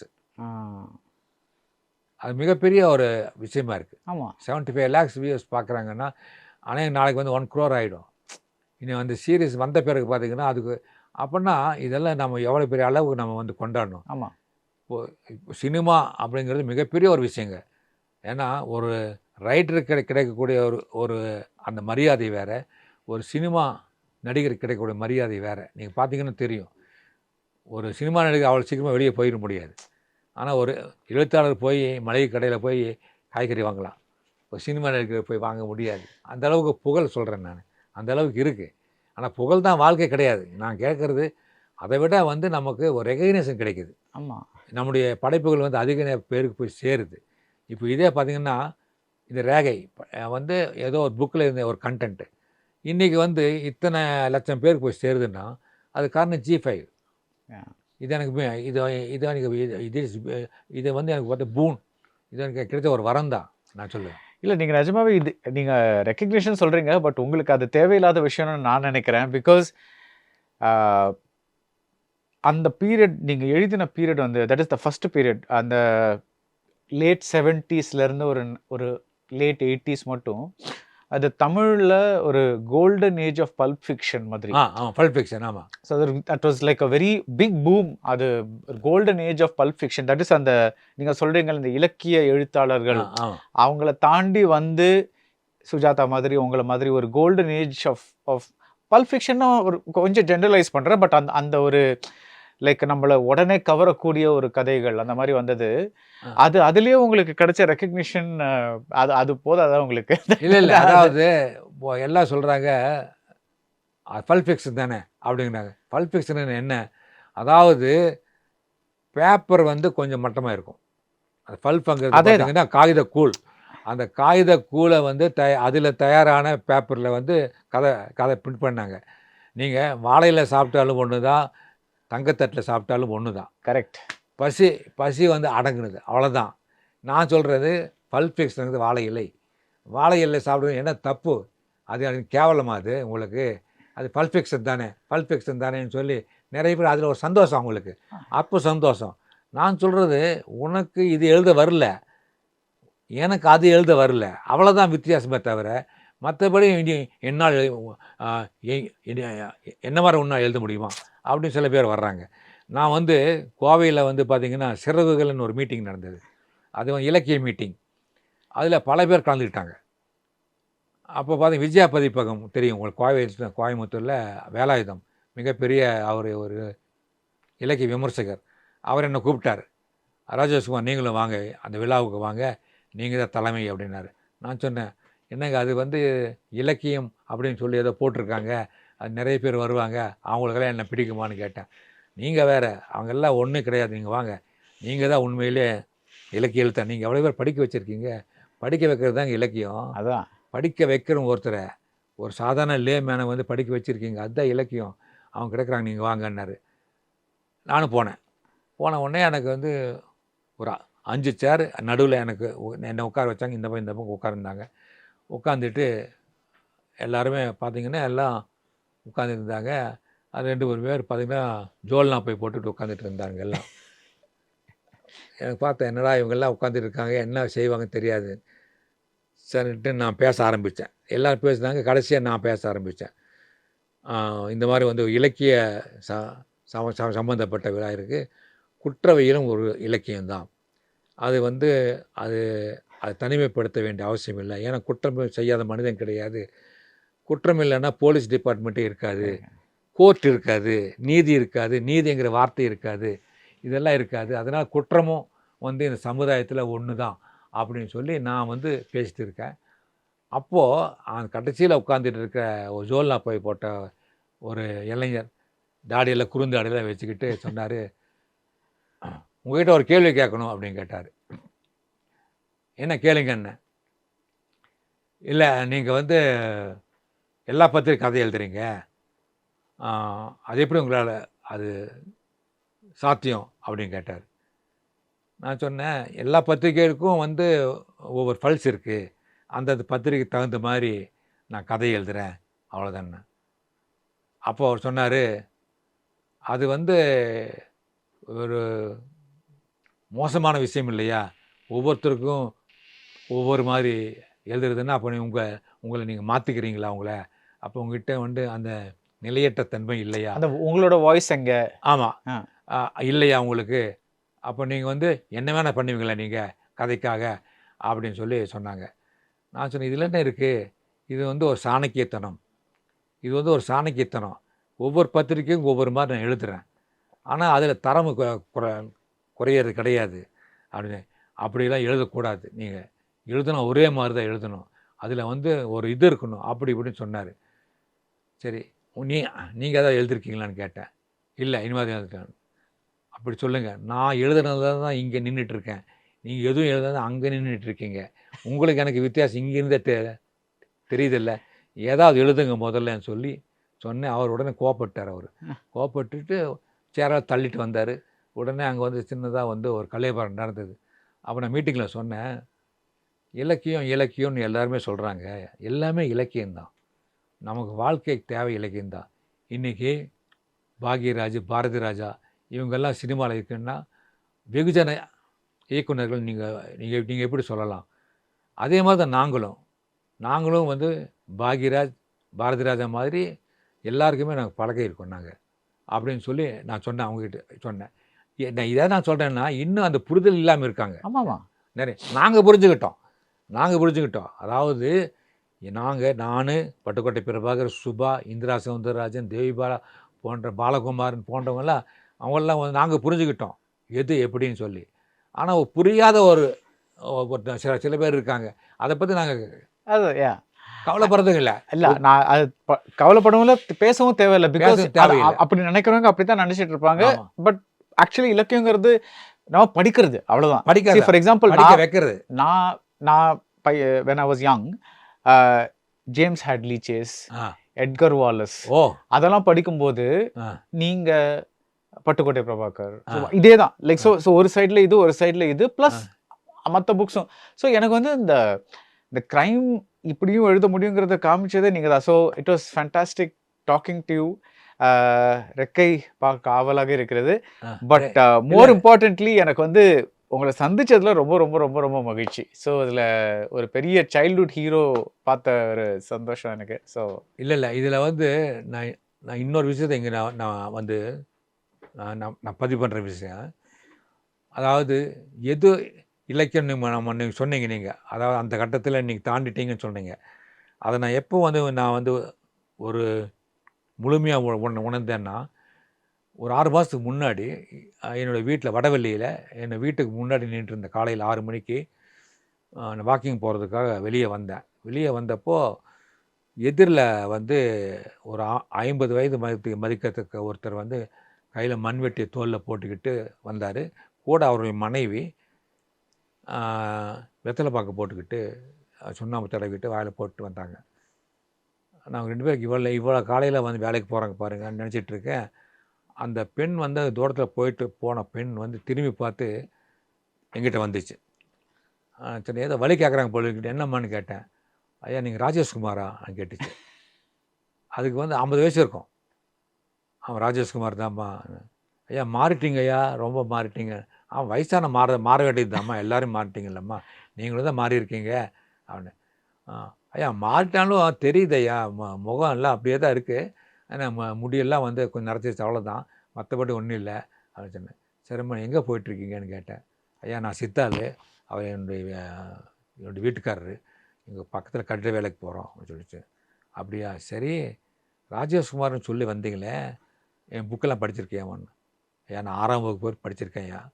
அதுக்கப்புறம் நான் உங்கள் புக்கு பார்த்து ஐயா தமிழ் கற்றுக்கிட்டேன்.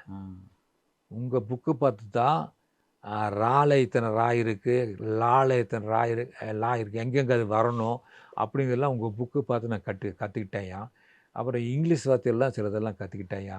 மேயை சொல்லுது, மேயை கம்மின்னா நான் உள்ளே வரலாமா அப்படின்னு சொல்லி, வெல்கம்னா நல்வரவு அப்படின்னு சொல்லி, ஆர் யூ சேம் டு அசேம் ஏ ஸ்டூடெண்ட் அப்படின்னு சொன்னால் நீங்கள் உனக்கு மாணவனுக்கு வெக்கமா இல்லையா அப்படின்லாம் வந்து நீங்கள் தமிழில் எழுதுவீங்க.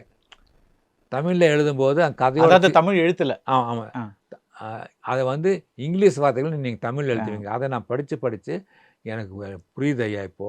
இப்போது எங்கள் இன்ஜினியரிங் வந்து இங்கிலீஷில் பேச கூட எனக்கு புரியுது ஐயா. எனக்கு அந்தளவுக்கு எனக்கு அறிவு கொடுத்தங்க நீங்கள்.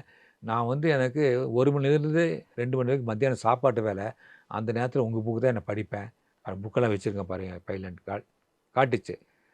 எப்போது நான் சொன்னேன், அம்மா உங்கள் பேர் என்னம்மான்னு கேட்டேன். அருள்மொழி செல்வின்னுச்சு. இன்னும் அருமையான பேர் இருக்குது என்ன. ஐயா அப்பாருக்கு தமிழ் மேலே ரொம்ப இஷ்டம், அவர் தான் இந்த பேர் வச்சார் எனக்கு. ஐயா நான் ஒன்று சொல்லுவேன், ஒரு சித்தாள் பொண்ணு வந்து படித்து மேன்மைக்கு வந்து ஒரு ஜில்லாவுக்கு வந்து ஒரு கலெக்டராக வர மாதிரி ஒரு கதை எழுத முடியுமா ஐயா நீங்கள் அப்படின்னு சொல்லிச்சு. அவ்வளோதான் நம்ம எழுதிடலாம். அருள்மொழி செல்வி ஐஏஎஸ் அப்படிங்கிற டைட்டிலில் வேணா நான் ஒரு கதை எழுதுகிறேன், நான் ஒரு நாவல் எழுதுகிறேன், நான் உன்னோட ஆசை இதுதான் நம்ம கண்டிப்பாக நான் எழுதுகிறேன் அப்படின்னு சொன்னேன். அதை நான் எழுத போகிறேன். அருள்மொழி செல்வி ஐஏஎஸ் ஒரு சித்தாள் எப்படி வந்து படித்து எப்படி மேலே வந்தாங்க, என்னென்ன அவங்க சொன்னாங்க, சித்தாள் வேலையில் என்னென்ன பிரச்சனை இருக்குன்னு சொன்னாங்க. இதெல்லாம் வந்து நம்மளை சுற்றி கதைகள் இருக்குது சார், நிறைய கதைகள் இருக்குது. இதை நான் ஏன் சொல்ல வரேன்னா, ஒரு சித்தாள் வந்து என்னை பார்த்து அடையாளம் பார்த்து இறங்கி வர்றாங்க, என்கிட்ட கேட்குறாங்க, நான் உங்கள் நாவல் படித்து தான் தெரிஞ்சுக்கிட்டேங்கிறாங்க. இதை விட வேறு என்ன சார் இலக்கியம் வேணும்? அதை விட இன்னைக்கும் நீங்கள் ஒரு டீச்சராக இருக்கீங்களே. ஆமாம், இன்றைக்கும் டீச்சர், அன்றைக்கும் டீச்சர், இன்னைக்கும் டீச்சராக இன்றைக்கும் நான் வந்து நிறைய பேருக்கு நான் சொல்லித்தர்றேன். வடவழியில் வந்து ஏகப்பட்ட எல்டர்ஸ் ஹோம்ல இருக்குது, மோட்டிவேஷனல் ஸ்பீச் கொடுக்குறேன் போய். அவங்களுக்கு நீங்கள் தைரியமாக இருக்கணும், உங்கள் சன்ஸ் எல்லாம் ஃபாரினில் இருக்காங்க, எல்லாம் அவங்க செட்டில் ஆகிட்டாங்க, அவங்க வாழ்க்கை அவங்க பார்க்கட்டும், உங்கள் வாழ்க்கையை நீங்கள் பாருங்கள். இங்கே வந்து ஏகப்பட்ட நூற்றுக்கணக்கான எல்டர்ஸ் ஹோம் இருக்குது சார். நான் வாரத்தில் ஒரு இதுக்கு போய் கூட பேசுவேன் நான். இதெல்லாம் வந்து நீங்கள் சொன்ன மாதிரி as a writer, as a speaker, எல்லாமே நான் இருக்கேன் நான். அதாவது ஒரு முழுமை தெரியுது எனக்கு இப்போ. அதாவது என்னுடைய எழுத்துக்கு கிடைச்ச மரியாதை எல்லா பக்கத்துலேருந்து கிடைக்குது எனக்கு. இப்போ ஒரு அங்கீகாரம் கிடைக்குது. நீங்கள் தான் சார் ஒரு மோட்டிவேஷனல் ஸ்பீச் கிடைக்கணும். நான் படித்த பிஹெச்டி கல்லூரியில் என்னை கூப்பிட்டு ஆனர் பண்ணுறாங்க. முதல் செட் பியூசி நீங்கள் படிச்சிங்க 1964 64 பியூசி நீங்கள் படிச்சிங்க. இன்றைக்கி அந்த கல்லூரியை வந்து அதே இடம் வந்து மிகப்பெரிய கல்லூரியை மாறி இருக்குது. நீங்கள் இங்கே வரணும், உங்களை ஆனர் பண்ணணும்னு சொல்லி கூப்பிட்றாங்க. இதெல்லாம் எவ்வளோ பெரிய பேர். இதுதான் சார் எனக்கு கிடைச்சக்கூடிய விருதுகள் இதெல்லாம். என்னோட கடைசி கொஸ்டின், இப்போது நீங்கள் பார்த்த சினிமாக்களில் ரொம்ப பிடிச்ச க்ரைம் த்ரில்லர்னா எது? புதிய பறவை. புதிய பறவை வந்து நான் இன்னும் வந்து வைக்கிற ஒரு படம். அந்த காலகட்டத்தில் அதாவது ஒரு ஹீரோ, அவர் வந்து எல்லாமே பண்ணியிருக்காரு, வீரபாண்டி கட்டபொம்மன் நடிச்சிருக்காரு. அப்பேற்பட்ட ஒரு ஹீரோ ஆன்டி ஹீரோவாக வர்றாரு. அதுவும் பார்த்திங்கன்னா ரொம்ப அழகாக பண்ணியிருப்பாங்க. அதாவது அவர் கொலை பண்ணல, ஆக்சிடெண்ட்லாம் நடந்தது. அவர் வந்து அதை மறக்கணும்னு கூட எண்ணம் இல்லை. தப்பு பண்ணலை நாமோ, அதனால் நான் வந்துடலான்னு வந்தோம். எவ்வளோ அழகாக அதை வந்து பின்னுறாங்க பாருங்கள். பின்னி அதை ஒரு காதல் கதையை மாற்றி அதுக்கு வந்து ஒரு உயிர் கொடுத்து அந்த பாடல்கள், அந்த இதெல்லாம் பார்த்திங்கன்னா பாடல்கள்லாம் வந்து சான்ஸே கிடையாது. அந்த பாடல்கள், அந்த நடிப்பு, அந்த கடைசி கட்டம் வந்து பார்த்திங்கன்னா, என்ன நீ வந்து கைது பண்ணுறதுக்கு இந்த காதல் என்கிற இதுதானா ஆயுதத்தை கையில் எடுத்த அப்படின்னு சொல்கிற அந்த வசனமாகட்டும் சார். எங்கேயோ போய் தாதா மிராசி இல்லை, தாதா மிராசி அந்த காலத்தில் நான் பார்த்து, அப்போல்லாம் நான் வந்து ரைட்டராக இல்லை. ஆனால் புதிய பறவை பார்த்து வந்த பிறகு எனக்கு இன்னும் அந்த க்ரைம் எழுத தாக்கம் ஜாஸ்தியாச்சு எனக்கு. Fantastic. So sir, thank you so much. ரொம்ப ரசித்து ஓகே சொன்னது நல்லா இருக்குது. அதை நேரம் போனதே நமக்கு தெரியல. அந்த அளவுக்கு நீங்கள் கேள்விகளும் கேட்டீங்க. என்னால் வந்து மிகச்சிறந்த பதில்களை வந்து நீங்கள் வரவழைச்சிங்க. ஏதாவது கேள்விகள் வேற, நான் சொல்கிறது ஏதோ பேசிட்டு போகலாம், ஆனால் தேவையான பதில்கள் என்கிட்ட என்ன கிடைக்குங்கிறத நீங்கள் நல்லா புரிஞ்சுக்கிட்டு என்னுடைய ஃபேனாகவும் இருந்துட்டு இந்த கலாட்டா ப்ளஸ் சேனலில் இதாகவும் இருந்துட்டு நீங்கள் கேட்டதுக்கு ரொம்ப நன்றி. மிக்க நன்றி சார். வணக்கம். வணக்கம். டார்லிங் சோலார் 20,500 முன்பணத்தில் இப்பொழுது சோலார் மூலம் இலவச மின்சாரம். This festive season, travel the world with Grand Royal Tours. மணப்பெண்ணின் பிரத்யேகமான திருமணம் விவாஹா சென்னை சில்க்ஸ்.